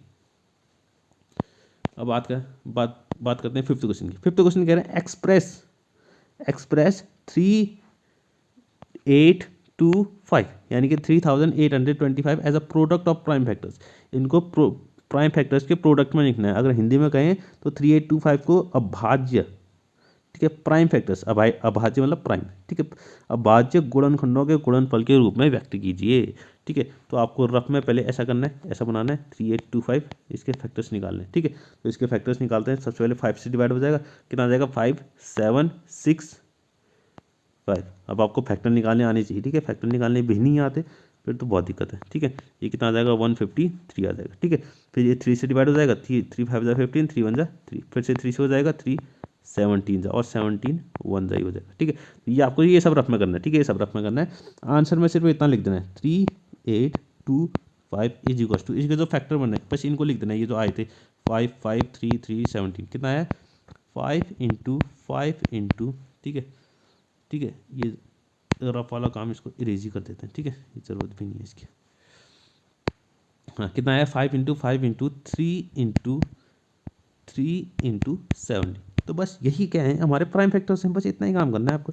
बस इसको थोड़ा सा और अगर अच्छे से लिखना चाहें, ठीक है, ताकि ज़्यादा आपको मार्क्स मिलें, तो इसको 5 स्क्वायर लिख सकते हैं। 5 इंटू 5 है तो 5 स्क्वायर लिख देंगे, 3 इंटू 3 है तो 3 स्क्वायर लिख देंगे, और 17 अकेला है तो इसको 17 अकेला छोड़ दिया। तो यही क्या हो गया हमारे प्राइम फैक्टर्स हो गए, ठीक है। इससे ज़्यादा कुछ नहीं करना है इसमें, 1 मार्क्स आपको मिल गया। बात करते हैं 6th क्वेश्चन की, ठीक है। 6th क्वेश्चन देखिए, 6th क्वेश्चन क्या कह रहा है, ठीक है। 6th क्वेश्चन कह रहा है find a quadratic polynomial sum and product of its zeros are 0 and √5, ठीक है। एक क्वाड्रेटिक पॉलिनोमियल हमें बनानी है, ठीक है। क्वाड्रेटिक पॉलिनोमियल हमें बनानी है जिसके जीरोज का सम दिया हुआ है, यानी कि जीरोज को अगर ऐड करेंगे तो कितना आएगा 0 आएगा, और 0 का प्रोडक्ट करेंगे तो √5 आना चाहिए, ठीक है। तो इसके लिए एक फॉर्मूला होता है, ठीक है। पहले हम मान लेते हैं लेट जीरोज, ठीक है, let zeros of quadratic polynomial, ठीक है, क्वाड्रेटिक पॉलिनोमियल, ठीक है। तो इसके जीरोज में मान लेता हूँ अल्फा एंड बीटा, क्या बोल दिए अल्फा और बीटा, ठीक है, अल्फा और बीटा। अब कुछ बच्चे ऐसे तो नहीं है जिन्होंने अल्फा और बीटा पहली बार देखा है कि अल्फा कैसा होता है बीटा कैसा होता है, ठीक है, नहीं होंगे, ठीक है, सब पढ़े लिखे बच्चे ही हैं, ठीक है। तो सम दे रखा है, पहले तो सम दे रखा है, यानी कि अल्फा प्लस बीटा दोनों जीरोज का सम कितना है 0 है, और इनका प्रोडक्ट दे रखा है अल्फा इंटू बीटा कितना दिया हुआ है √5। ये दोनों चीज़ हमें गिवन दे रही है, दोनों का सम दिया हुआ है और दोनों का प्रोडक्ट दिया हुआ है। एक फॉर्मूला होता है, अगर जब भी ऐसा हो कि हमें क्या दिया हो सम और प्रोडक्ट दिया हो जीरोस का, तो उसके लिए एक फॉर्मूला बनता है कि क्वाड्रेटिक इक्वेशन कैसे बनती है, के x square minus alpha plus beta x plus alpha beta. ये हमारे पास क्या बनती है, एक क्वाड्रेटिक इक्वेशन बनती है, ठीक है। अगर हमें सम दिया हो और प्रोडक्ट दिया हो तो हम इस क्वाड्रेटिक इक्वेशन की मदद से उस क्वाड्रेटिक इक्वेशन को ढूंढ सकते हैं, इस फॉर्मूले की मदद से उसको ढूंढ सकते हैं। इसमें अल्फा प्लस बीटा और अल्फा बीटा की वैल्यू हमें रख देनी है बस, ठीक है। तो के x square alpha plus beta, alpha plus beta कितना है 0 है, तो ये -0x हो जाएगा, ठीक है, और प्लस अल्फा बीटा कितना दिया हुआ है √5, ये हो जाएगा √5, ठीक है। अब 0x है तो 0x का मतलब 0 ही हो गया, तो ये जो वैल्यू आ गई वो आ गई के एक्स स्क्वायर प्लस √5, ठीक है, कितने आ गई के एक्स स्क्वायर प्लस √5, ठीक है। एक्स स्क्वायर को थोड़ा ज़रा अच्छे से लिखते हैं, कितना आ गया के एक्स स्क्वायर। अब ये के, बहुत से बच्चे सोचेंगे आखिर ये के क्या है, इस के का मतलब क्या है, के का मतलब क्या है, के का मतलब है, के का मतलब कुछ नहीं है, के आपको ऐसे खाली ब्रैकेट के बाहर यूज़ करना है। इसका मतलब है के की वैल्यू आप कुछ भी रख सकते हैं, के की वैल्यू आप क्या रख सकते हैं, कुछ भी रख सकते हैं, यानी कि अगर 1 रखेंगे तो एक ये कुछ अलग क्वालिटी क्वेश्चन आएगी, अगर 2 रखेंगे तो कुछ अलग आ जाएगी, 3 रखेंगे तो कुछ अलग आ जाएगी, ठीक है। यानी कि ऐसी इनफाइनाइट क्वाड्रेटिक इक्वेशन होंगी जिनके रूट्स का सम 0 होगा और जिनके रूट्स का प्रोडक्ट कितना होगा √5 होगा, ठीक है। के का मतलब बस इतना ही है, ठीक है, यानी के का मतलब है ऐसी इनफाइनाइट हमारी क्वाड्रेटिक इक्वेशंस होंगी, ठीक है। के की वैल्यू चेंज करते जाएंगे तो हमारी वैल्यू आती रहेगी, ठीक है। हाँ, क्वेश्चन 7 के पूछ रहा है, इसमें तो कुछ सॉल्व करने की जरूरत नहीं है, खाली पूछ रहा है right the relationship between mean median and mode. अगर आपने स्टैटिस्टिक्स जो है अच्छे से पढ़ी होगी, अपने एनसीईआरटी में हर एक चीज़ देखी होगी, तो आप इसको आराम से सॉल्व कर सकते हैं, ठीक है। तो सिंपल सा आपको फॉर्मूला लिख देना है, अगर आपको याद हो एनसीईआरटी में दिया हुआ एक फॉर्मूला जिसमें मीन मोड और मीडियन इन तीनों के बीच का, ठीक है, मीन, ठीक है, मोड और मीडियन, इन तीनों के बीच में एक फॉर्मूला बनता है, वो फॉर्मूला आपको याद होना चाहिए, ठीक है। कभी कभी ज़रूरत भी पड़ जाती है, ठीक है। तो वो फॉर्मूला मैं यहाँ पर लिख देता हूँ, ठीक है। तो वो फॉर्मूला होता है 3 median is equals to mode plus 2 mean. ये होता है वो फॉर्मूला, बस आपको इतना लिखना है, आपका 1 मार्क्स आ जाएगा, ठीक है। 3 median is equals to mode plus 2 mean, ठीक है। यही आपका आंसर था, इसमें ज़्यादा कुछ बताने की जरूरत है नहीं, ठीक है, आपको बस इसमें याद करना है इसको, ठीक है। बात करते हैं 8th क्वेश्चन की। 8th क्वेश्चन देखिएगा, 8th क्वेश्चन देखिएगा what is the value of 9 sec square A minus 9 10 square A. तो 9 sec square A minus 9 10 square A, इसकी वैल्यू हमें कैलकुलेट करनी है, इसकी वैल्यू हमें क्या करनी है, कैलकुलेट करनी है। ठीक है, एनसीईआरटी का क्वेश्चन है, अगर आपको याद है। ठीक है, आपको एनसीईआरटी एकदम इतने अच्छे से याद होनी चाहिए, आपको हर क्वेश्चन एनसीईआरटी का हर क्वेश्चन आपको पता होना चाहिए कि हाँ ये क्वेश्चन एनसीईआरटी का, ये क्वेश्चन एनसीईआरटी का, आपको इतने अच्छे से एनसीईआरटी आपको अच्छे से पता होनी चाहिए। ठीक है, चलो शुरू करते हैं फिर इसको सॉल्व करना। ठीक है, मुश्किल नहीं है, आसानी है। सबसे पहले तो 9 कॉमन आ रहा है, क्या आ रहा है, 9 कॉमन आ रहा है। ठीक है, 9 आपको दोनों जगह 9 दिख रहा होगा ना, तो दोनों जगह 9 दिख रहा है, तो 9 कॉमन ले लिया। अंदर बचेगा sec square A minus 10 square ए। ठीक है, ट्रिग्नोमेट्री का जो है बेसिक रूल, सबसे आसान जो रूल है वो क्या है, सबको साइन कॉस में कन्वर्ट कर दो, सबको साइन कॉस में कन्वर्ट कर दो, हो ही जाएगा सॉल्व। ठीक है, तो सेक स्क्वायर है, तो सेक जो होता है कॉस का क्या होता है, रेसिप्रोकल होता है, तो इसको मैं 1/cos स्क्वायर ए लिख सकता हूँ, माइनस 10 स्क्वायर ए किसका, 10 स्क्वायर कितना होता है, साइन स्क्वायर ए, साइन स्क्वायर ए, साइन स्क्वायर ए, साइन स्क्वायर ए अपॉन कॉस स्क्वायर ए, क्योंकि 10 कितना होता है, साइन अपॉन कॉस होता है ना, लेकिन यहाँ स्क्वायर में है तो ये इतना हो जाएगा। ठीक है, अब यहाँ देखिए कॉस और कॉस, कॉस स्क्वायर है, कॉस स्क्वायर है, ये एलसीएम आ जाएगा। ठीक है, अगले पेज में करते हैं इसको। 9 हमारे पास कहाँ है, बाहर है, ब्रैकेट चल रहा है, और नीचे एलसीएम आ गया कितना, कॉस स्क्वायर ए, कॉस स्क्वायर ए हमारे पास क्या आ गया, एलसीएम आ गया। ट्रिग्नोमेट्री में आपको फॉर्मूला अच्छे से याद होनी चाहिए। ठीक है, और ऊपर आ जाएगा कितना, ऊपर आ जाएगा 1 माइनस साइन स्क्वायर। ठीक है, ऊपर आ जाएगा 1 माइनस साइन स्क्वायर ए। ठीक है, ये आ गया। ठीक है, फॉर्मूला अगर आपको और याद है अच्छे से, एक फॉर्मूला होता था हमारे पास कितना, ठीक है, मैं यहाँ पर पहले फॉर्मूला लिख लेता हूँ नीचे, यहाँ देखिएगा, sign square A plus cos square, बहुत ही फेमस फॉर्मूला है और बहुत ही इंपॉर्टेंट है। कितना होता है, 1 होता है, sine square A plus cos square equal to कितना होता है, 1 होता है। अगर इसमें से मैं कॉस स्क्वायर ए की वैल्यू निकाल लूँ, तो cos square A equal to कितना हो जाएगा, साइन स्क्वायर ए को उठा के वहाँ भेज दिया, ये हो जाएगा cos square A equal to आ जाएगा कितना, 1 माइनस साइन स्क्वायर ए, यानी कि 1 माइनस साइन स्क्वायर ए की वैल्यू कितनी है, कॉस स्क्वायर ए। तो यहाँ पर भी 1 माइनस साइन स्क्वायर ए तो लिखा है ऊपर को, ऊपर क्या लिखा है हमने, 1 माइनस साइन स्क्वायर ए लिखा है, तो इसकी वैल्यू भी कितनी होगी, कॉस स्क्वायर ए ही होगी। ठीक है, इसको मैं सब इरेज कर देता हूँ। ठीक है, चलो, यानी 1 माइनस साइन स्क्वायर की वैल्यू कितनी होगी, कॉस स्क्वायर ए ही होगी, और नीचे भी कितना है, कॉस स्क्वायर ए ही है। ये दोनों एक दूसरे को कैंसिल आउट करेंगे, 1 बचेगा, तो 9 इंटू 1 कितना होता है, 9 ही होगा, तो आंसर हमारा कितना आ जाएगा, 9 आ जाएगा। आंसर कितना आएगा, 9 आएगा। ठीक है, तो ये हमारा 9। ठीक है, 8th क्वेश्चन कंप्लीट। अब बात करते हैं 9th, ये हमारा 1 मार्क्स का आखिरी क्वेश्चन है। ठीक है, 1 मार्क्स वाला आखिरी क्वेश्चन है। ठीक है, 9 question, find the distance between point A comma B. एक तो है ए कॉमा बी, ठीक है, एक पॉइंट है ए कॉमा बी, ठीक है, और दूसरा पॉइंट है कितना, माइनस ए कॉमा माइनस बी। इन दोनों के बीच की डिस्टेंस निकाली, इन दोनों के बीच की क्या निकाली, डिस्टेंस निकाली। तो डिस्टेंस फॉर्मूला, इसको मैं ए कह देता हूँ, इसको बी कह देता हूँ। ठीक है, एक को कह दिया ए, एक को कह दिया बी। ठीक है, तो ए बी के बीच की डिस्टेंस निकालनी है। अब डिस्टेंस फॉर्मूला भी बताना पड़ेगा क्या, डिस्टेंस फॉर्मूला बताने की जरूरत नहीं है मेरे ख्याल से। ठीक है, आपको पता होना चाहिए। ठीक है, फिर भी बता देता हूँ। ठीक है, दोनों के एक्स कोऑर्डिनेट, दोनों के एक्स कोऑर्डिनेट को माइनस करो, दोनों के एक्स कोऑर्डिनेट का डिफरेंस निकालो, दोनों के एक्स कोऑर्डिनेट का डिफरेंस। तो एक्स कोऑर्डिनेट, ए का एक्स कोऑर्डिनेट कितना ए है, और यहाँ बी का एक्स कोऑर्डिनेट कितना है, माइनस ए है, तो कितना हो जाएगा, ए माइनस माइनस ए। ठीक है, समझ रहे हैं ना, ए माइनस ए को इस ए को माइनस करेंगे किससे, इस माइनस ए से, तो ये बीच में प्लस आ जाएगा। अब इतना तो आपको समझना ही पड़ेगा। ठीक है, ए माइनस माइनस ए, तो कितना आ जाएगा, ए प्लस ए आ जाएगा, और बीच में आता है प्लस, बीच में क्या आएगा, प्लस आएगा। फिर वाई कोऑर्डिनेट, फिर वाई कोऑर्डिनेट को माइनस करना है, क्या करना है, वाई कोऑर्डिनेट को। तो इसका वाई कोऑर्डिनेट कितना है, बी है, और बी का वाई कोऑर्डिनेट कितना है, बी ही है, तो ये भी बी और माइनस माइनस बी आ जाएगा, यानी प्लस बी हो जाएगा। दो दो माइनस मिलके क्या कितना बनाते हैं, प्लस बनाते हैं, और इसका क्या हो जाएगा, स्क्वायर हो जाएगा। ठीक है, ठीक है, आई होप आपको समझ में आया होगा। ठीक है, अब ए प्लस ए कितना होता है, 2a, तो 2a का होल स्क्वायर, और बी प्लस बी कितना होता है, 2b, तो 2b का होल स्क्वायर हो गया। ठीक है, 2b का क्या हो गया, होल स्क्वायर। अब बात करते हैं आगे। ठीक है, तो आगे देखिएगा, तो ए बी इक्वल टू हो जाएगा हमारे पास कितना, 2a का होल स्क्वायर था, तो 2a का अगर स्क्वायर खोलें तो 2 का स्क्वायर करेंगे 4 हो जाएगा, और a का स्क्वायर तो a का स्क्वायर ही रहेगा। और यहाँ 2b का होल स्क्वायर था, तो 2 का स्क्वायर खोलेंगे तो 4 हो जाएगा, और b का स्क्वायर ही रहेगा। ठीक है, अब अंदर ही अंदर अगर देखें तो 4 कॉमन आ रहा है। ठीक है, 4 क्या आ रहा है, कॉमन आ रहा है, बच रहा है कितना, ए स्क्वायर प्लस बी स्क्वायर। इस 4 को हम उठा के रूट के बाहर ले सकते हैं, क्योंकि रूट 4 कितना होता है, 2 होता है, रूट 4 कितना होता है, 2 होता है, और अंदर बच रहा है कितना, ए स्क्वायर प्लस बी स्क्वायर, जो कि बाहर नहीं आएगा, क्योंकि ये जो है स्क्वायर जो है, इनमें अलग अलग स्क्वायर नहीं है, दोनों ऐड हो रहे हैं।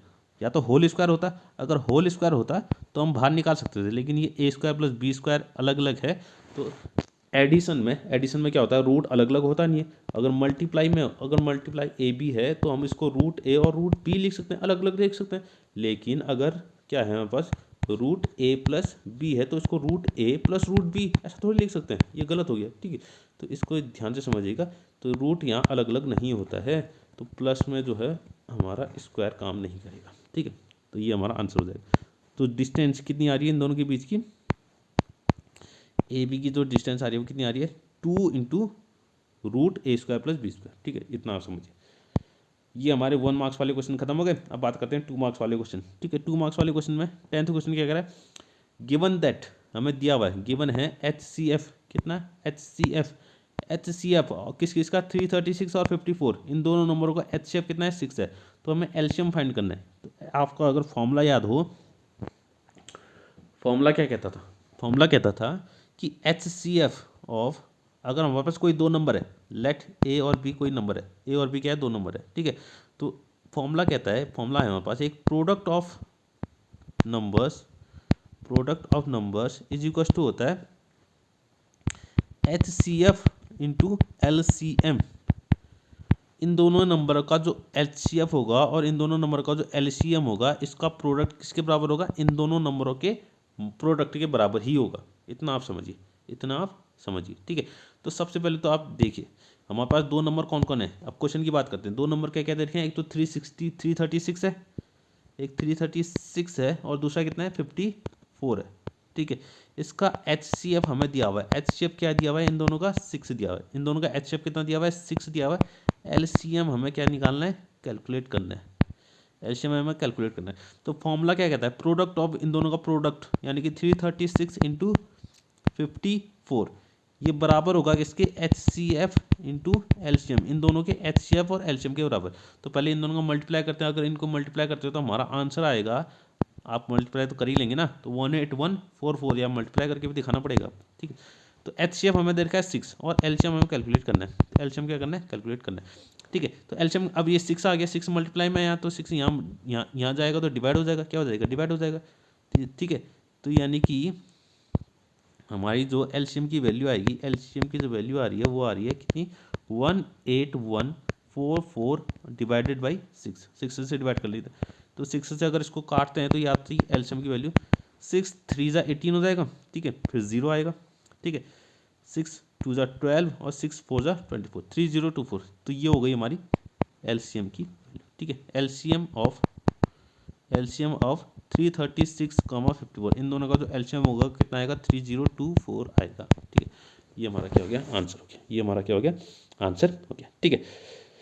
ये 2 मार्क्स का क्वेश्चन है, ठीक है, 2 मार्क्स का क्वेश्चन है, अच्छा क्वेश्चन है, ठीक, ज़्यादा मुश्किल नहीं है, बस आपको ये फॉर्मूला पता होना चाहिए, ठीक है।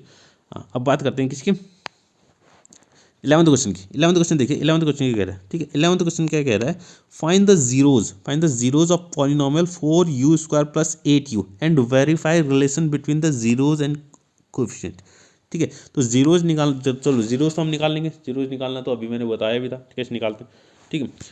बात अब यहाँ पर है वेरीफाई कैसे करेंगे, रिलेशनशिप बिटवीन, ठीक है। अगर किसी क्वाड्रेटिक पॉलिनोमियल, ठीक है, क्वाड्रेटिक पॉलिनोमियल, ठीक है, क्वाड्रेटिक पॉलिनोमियल के जीरो कितने जीरोज होते हैं, 2 जीरोज होते हैं, ठीक है। बेसिकली कितने होते हैं, 2 जीरोज होते हैं। लीनियर पॉलिनोमियल है तो उसके, अगर लीनियर है पॉलिनोमियल, ठीक है, तो उसका 1 0 होगा। अगर क्यूबिक है, क्यूबिक मतलब जिसके हाईएस्ट पावर 3 है, उसके जीरोज कितने होंगे, 3 होंगे। क्वाड्रेटिक पॉलिनोमियल के जीरोज कितने होंगे, 2 होते हैं। इतना तो आपको पता होना चाहिए, तो बेसिक बात है, ठीक है,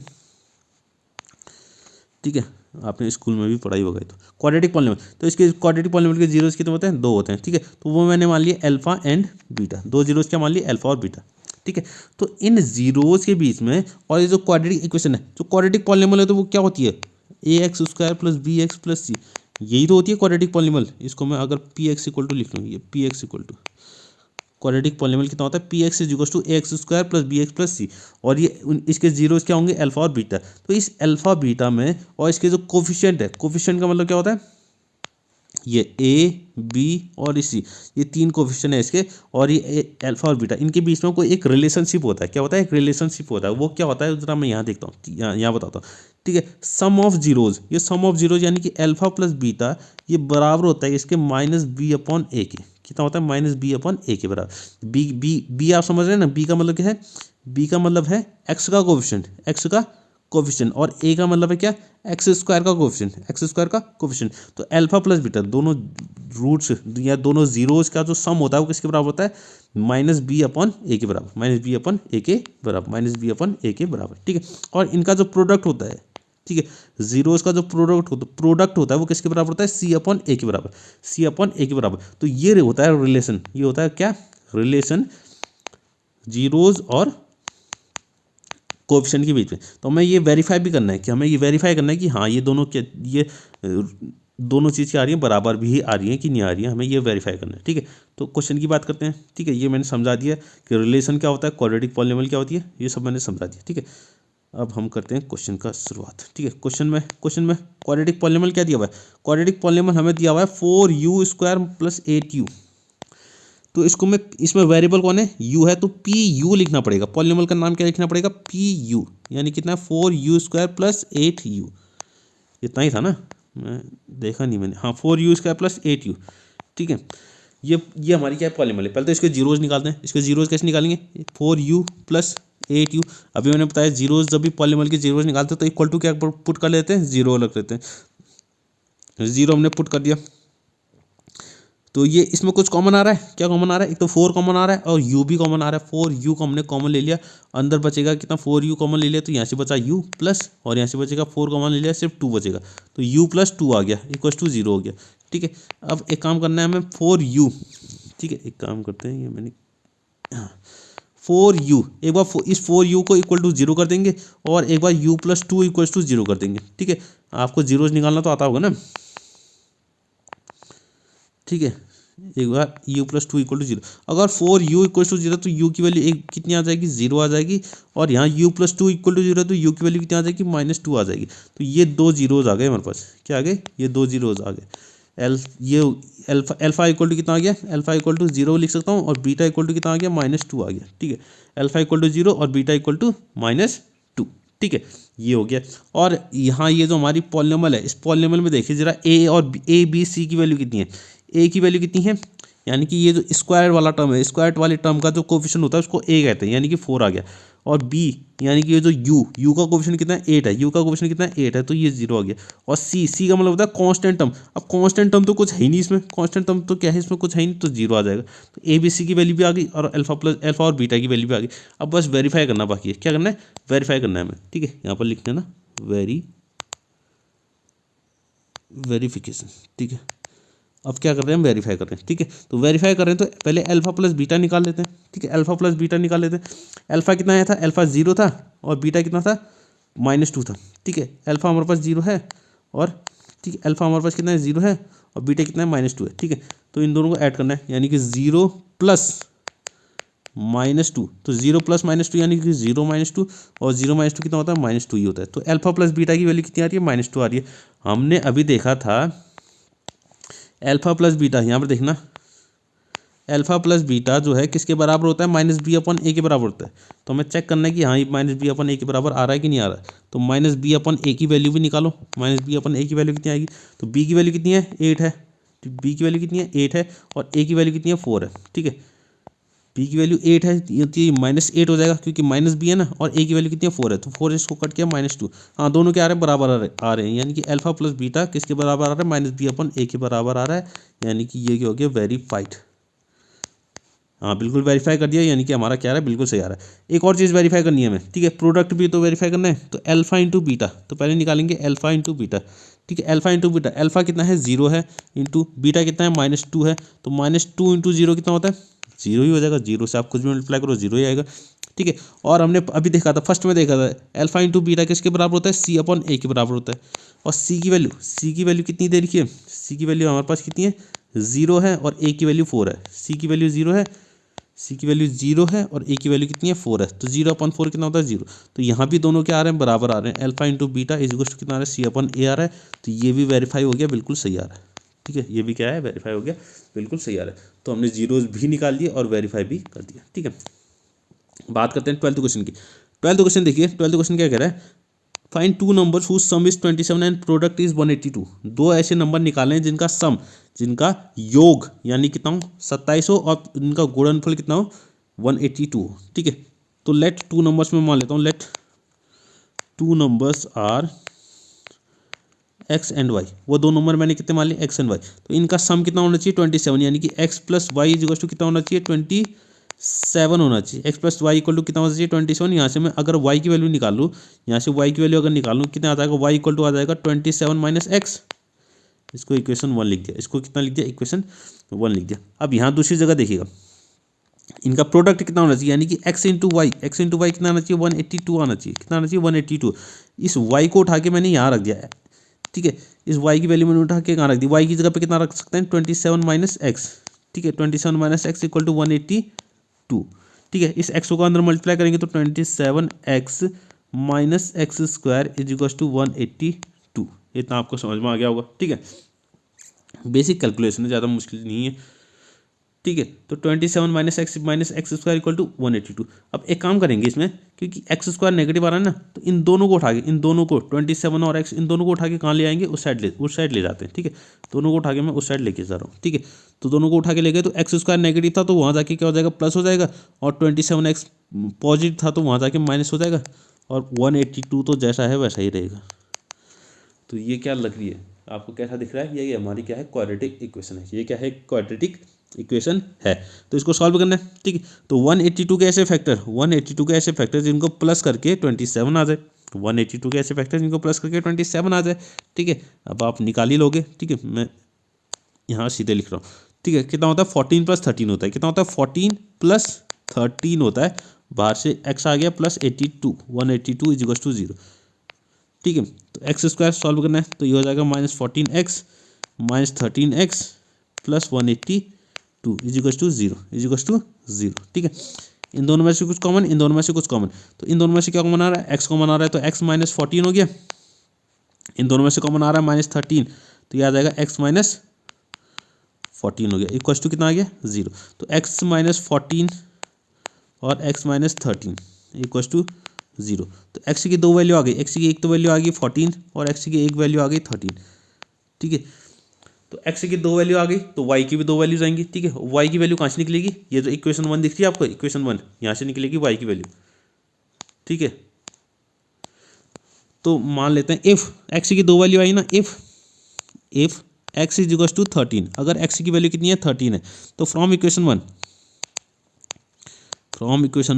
y की वैल्यू कितनी हो जाएगी, y की वैल्यू हो जाएगी कितनी 27 माइनस एक्स थी ना, y इक्वल टू कितना था 27 माइनस एक्स। इक्वेशन 1 को ध्यान से देखिएगा, 27 माइनस एक्स था तो 27 माइनस 13 हो जाएगा, 27 माइनस 13 कितना होता है 14, तो y की वैल्यू कितनी आएगी 14 आएगी, ठीक है। अगर x की वैल्यू 13 है तो y की वैल्यू कितनी आएगी 14 आएगी। अगर इफ, अब यहाँ लिख लेते हैं इफ x इक्वल टू 14 है, क्योंकि x की दो वैल्यू आ रही है ना, या तो x की वैल्यू 13 हो सकती है या तो 14 हो सकती है, ठीक है। तो फ्रॉम इक्वेशन, अब दोबारा इक्वेशन 1 में जाते हैं, तो y इक्वल टू है हमारे पास 27 माइनस एक्स, एक्स कितना है हमारे पास 14 आया, ठीक है। तो 27 माइनस 14 करेंगे तो 13, तो y की वैल्यू कितनी आ रही 13 आ रही, ठीक है। तो यानी कि ध्यान दीजिए क्या बोल रहा है ये, अगर x की वैल्यू 13 है तो y की वैल्यू 14 हो जाएगी, अगर x की वैल्यू 14 है तो y की वैल्यू 13 हो जाएगी, ठीक है। तो दोनों आगे पीछे कर सकते हैं, ठीक है। x और y की वैल्यू कितनी हो जाएगी 13 और 14 होगी, ठीक है। अब बात करते हैं, ठीक। अच्छा हाँ, ये ध्यान से देखिएगा, ये जो हमने कौन सा क्वेश्चन किया था, ये हमारा क्वेश्चन था 12th क्वेश्चन, ये था कौन सा 12th क्वेश्चन। अब इसी का और वाला पार्ट है, ये क्या है अथवा या और, ठीक है। यानी कि अगर एग्जाम में आए तो आप या तो ये कर सकते हैं या तो इसके जो और में देखा है इसके अलावा वो दूसरा क्वेश्चन कर सकते हैं, ठीक है। तो दोनों आपको दोनों में से कोई एक करना है, लेकिन हम तो क्या कर रहे हैं प्रैक्टिस कर रहे हैं, तो हमें तो क्या करना पड़ेगा, दोनों ही करने पड़ेंगे, ठीक है, दोनों ही करने पड़ेंगे। यहाँ देखिए ये पूछ रहा है find the value of k so that the quadratic equation जितना दे रखा है ये हैव टू इक्वल रूट्स, इन दोनों के रूट्स क्या होने चाहिए इक्वल होने चाहिए, यानी कि k का मान ज्ञात करो जिसके लिए द्विघात समीकरण यानी कि क्वाड्रेटिक इक्वेशन क्या होनी चाहिए कि दो बराबर मूल प्राप्त हो, मूल का मतलब है रूट्स, ठीक है। दोनों रूट्स क्या होनी चाहिए इक्वल होनी चाहिए। पहले मैं क्वाड्रेटिक इक्वेशन लिख रहा हूँ, क्वाड्रेटिक इक्वेशन क्या देखिए 2x square plus kx plus 3 is equal to 0, ठीक है। तो इसके अगर टू इक्वल रूट्स हैं, अभी मैंने पहले क्वेश्चन में, ठीक है, अब अगर आपने ध्यान से वीडियो देखी है तो पहले ही मैंने बताया हुआ है डिस्क्रिमिनेंट के बारे में, डिस्क्रिमिनेंट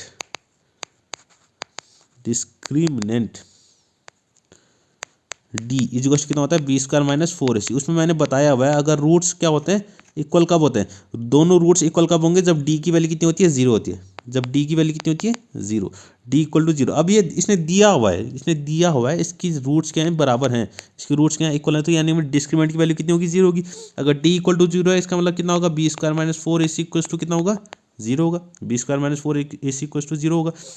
अब यहाँ पर मैं, ठीक है, इसको जरा किनारे में यहाँ पर मैं लिख रहा हूँ ए बी सी और तीनों की वैल्यू मैं लिख रहा हूँ कि दोनों की वैल्यू क्या होगी। ए की वैल्यू क्या होगी, ए की वैल्यू ये होगी 2, एक्स स्क्वायर को कोएफिशिएंट को कहते हैं ए कहते हैं। बी की वैल्यू क्या होगी के होगी, क्योंकि एक्स के कोएफिशिएंट को कहते हैं बी कहते हैं। सी की वैल्यू कितनी होगी 3 होगी, सी की वैल्यू कितनी होगी 3 होगी, ठीक है। तो बस इन तीनों की वैल्यू उठा के कहाँ रखनी, इस इक्वेशन में रखनी है, हमारा के की वैल्यू आराम से निकल आएगी, ठीक है। तो यहाँ देखिएगा b square minus 4ac is equal to 0। अब ये 0 क्यों हुआ, क्योंकि रूट्स कैसे दिए हुए हैं, इक्वल दिए हैं। जब रूट्स इक्वल होते हैं तो डिस्क्रिमिनेंट क्या होता है 0 होता है, ठीक है। अब वैल्यू देखते हैं, वैल्यू देखना, बी की वैल्यू कितनी है के है, ए की वैल्यू 2 है, बी सी की वैल्यू 3 है। बी की वैल्यू के है तो ये के स्क्वायर हो गया 4। ए की वैल्यू कितनी है, ए की वैल्यू जरा फिर से देखते हैं, ए की वैल्यू 2 है, सी की वैल्यू 3 है। ए की वैल्यू 2 है, ए की वैल्यू कितनी है 2 है, और सी की वैल्यू कितनी है 3 है, इज इक्वल टू कितना हो जाएगा 0। तो के स्क्वायर इक्वल टू आ गया, इन सबको अगर मल्टीप्लाई करते हैं 4 2 ज़ा 8, 8 3 ज़ा 24, तो के स्क्वायर माइनस 24 इक्वल टू कितना आ गया 0 आ गया। के स्क्वायर की वैल्यू आ गई कितनी 24, तो के की जो वैल्यू आ जाएगी वो कितनी आ जाएगी रूट 24। अभी मैंने बताया था अगर यहाँ से स्क्वायर हटेगा यहाँ रूट आएगा तो कितना आएगा प्लस माइनस आएगा, कितना आएगा प्लस माइनस।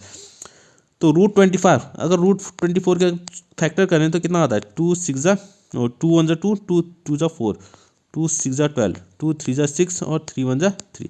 तो 2 का पेयर बन रहा है, एक पेयर बन रहा है, तो इस एक 2 को हम बाहर निकाल सकते हैं, एक 2 को क्या कर सकते हैं बाहर निकाल सकते हैं।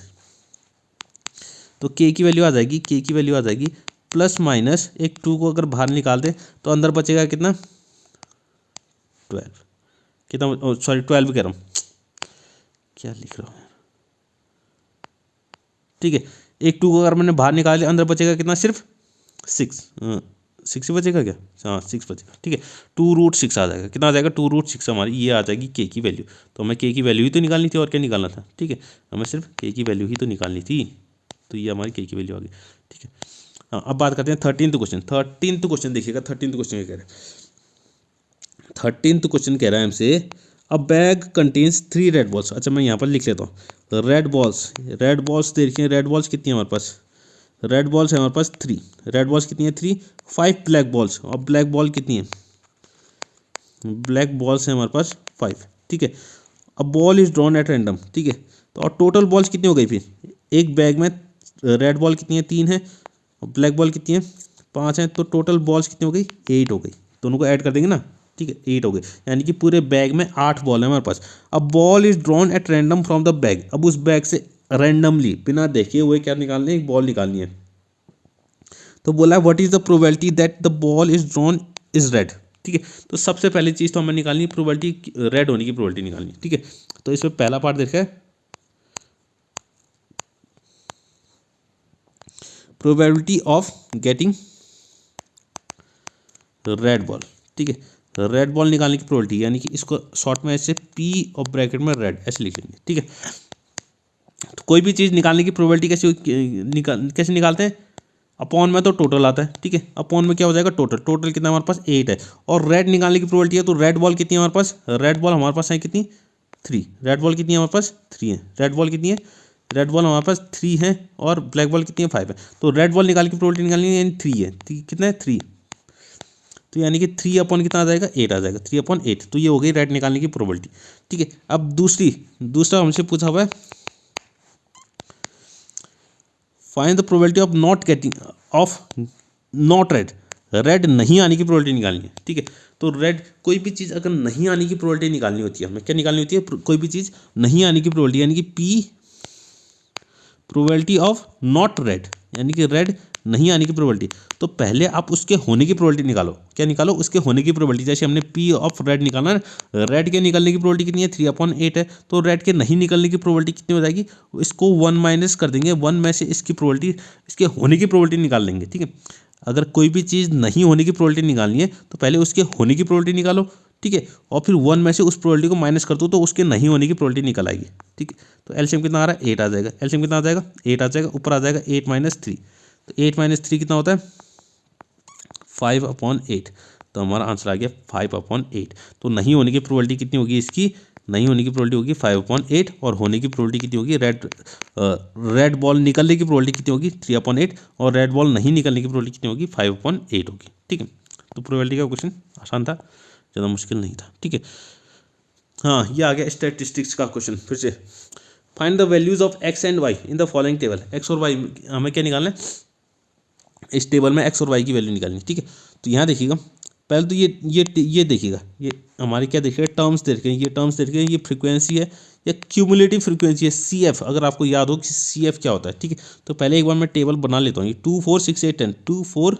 6 8 10 और इसकी फ्रीक्वेंसी कितनी दे रखी है 6x 24 28 और 15। अभी ये सोचिए सी एफ हमें दिया ही नहीं है, इस सी एफ को अभी हटा दीजिए, इसको दिमाग में लाना ही नहीं है। हमें एफ दे रखा है, क्या दे रखा है, ये एफ है, ये क्या है हमारे पास, ये एफ है। ठीक है, ये एफ दिया हुआ है। ठीक है, ये एफ है, फ्रीक्वेंसी है। ठीक है, तो सी एफ हम खुद निकाल सकते हैं, इस एफ की मदद से हम सी एफ निकाल सकते हैं ना, तो एफ की मदद से सी एफ निकाल सकते हैं खुद ही। तो सी एफ निकालने का तरीका क्या होता है, पहले तो 6, पहले वाली जो फ्रीक्वेंसी है वही हमारा सी एफ होगा, पहला वाला तो क्या होता है सेम, और फिर इसके नीचे वाले से ऐड करते जाना है, ऐड करते जाना है, ऐड करते जाना है, उसके नीचे नीचे नीचे हमें क्या करते जाना है, ऐड करते जाना है। तो 6 है तो ये इसके नीचे वाले से ऐड करेंगे तो 6 + x हो जाएगा, क्या हो जाएगा 6 + x। अब कितना हो जाएगा 6 + x + 24 करेंगे तो 24 + 6 कितना होता है 30, ये हो जाएगा 30,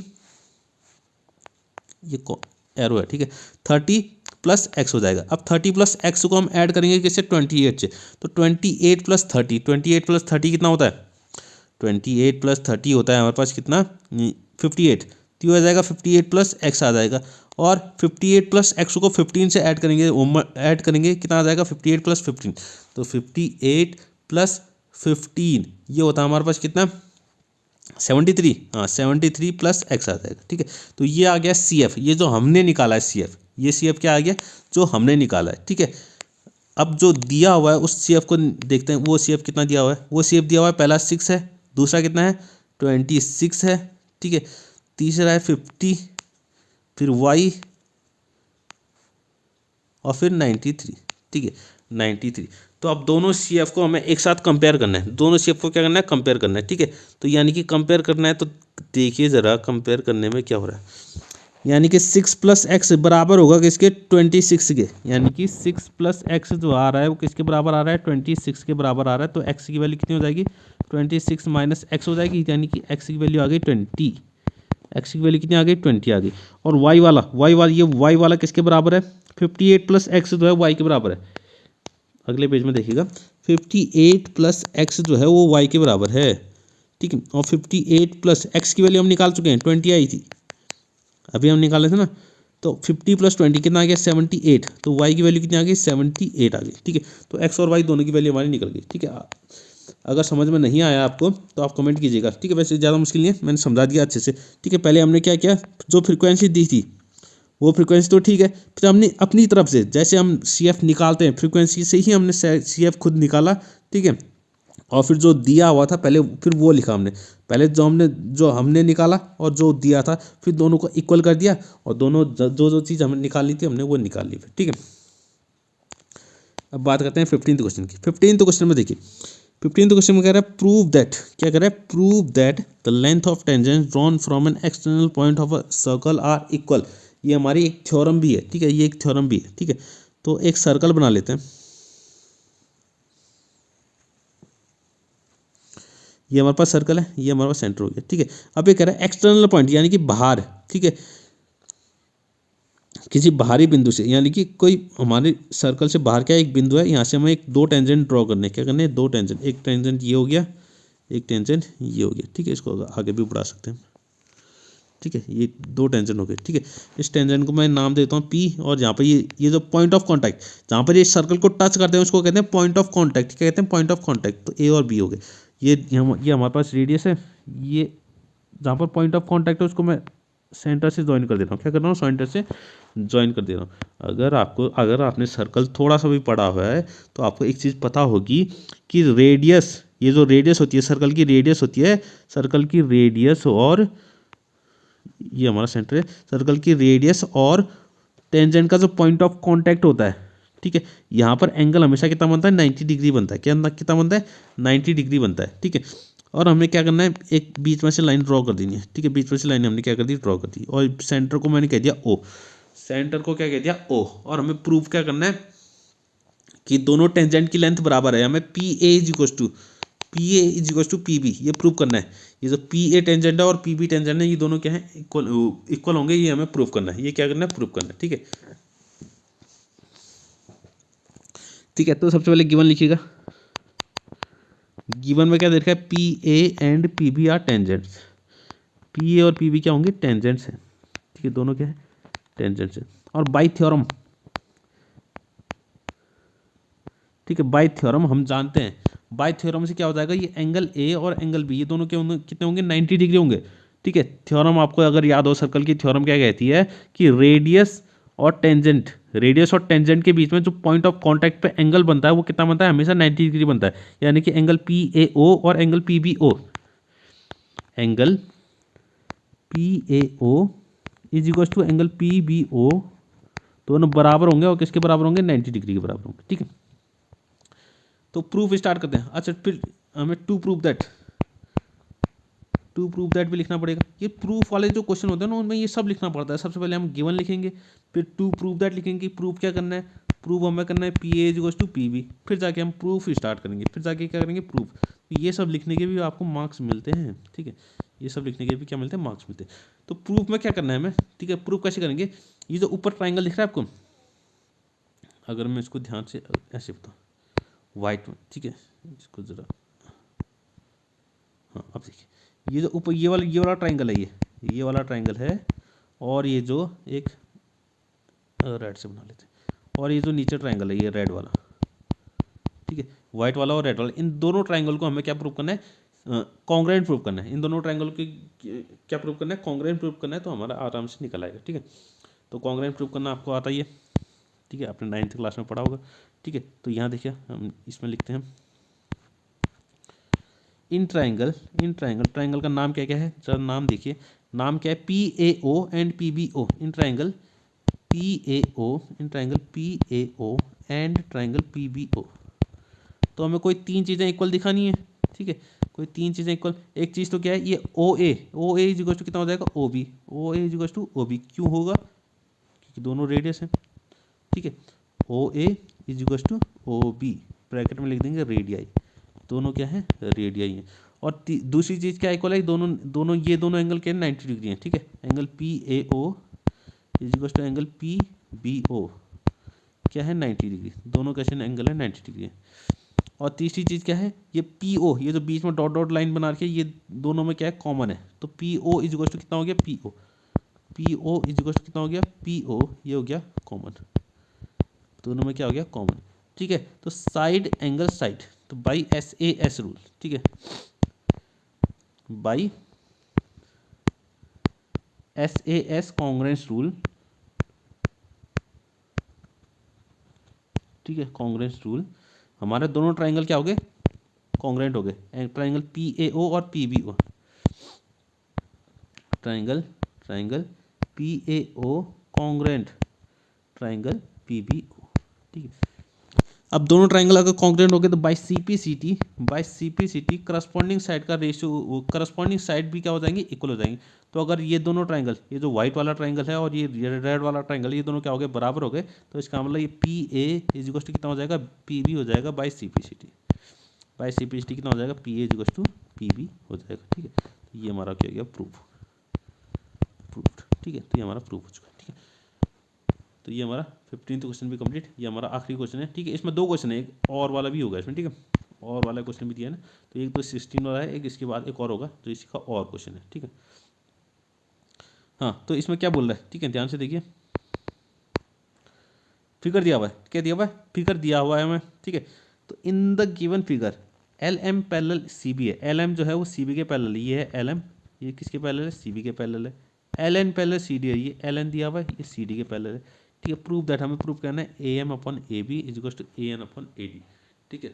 अभी मैंने बीपीटी समझाई थी कि बीपीटी क्या होती है, बेसिक प्रोपोर्शनैलिटी थ्योरम, ट्राइंगल वाला क्वेश्चन जो आया था उसमें मैंने समझाया हुआ था कि बीपीटी क्या होती है, ठीक है। वही उसी का इस्तेमाल इसमें करना है, ठीक है। एक काम करते हैं, मैं फिगर ज़रा बना ही लेता हूँ नीचे, ठीक है।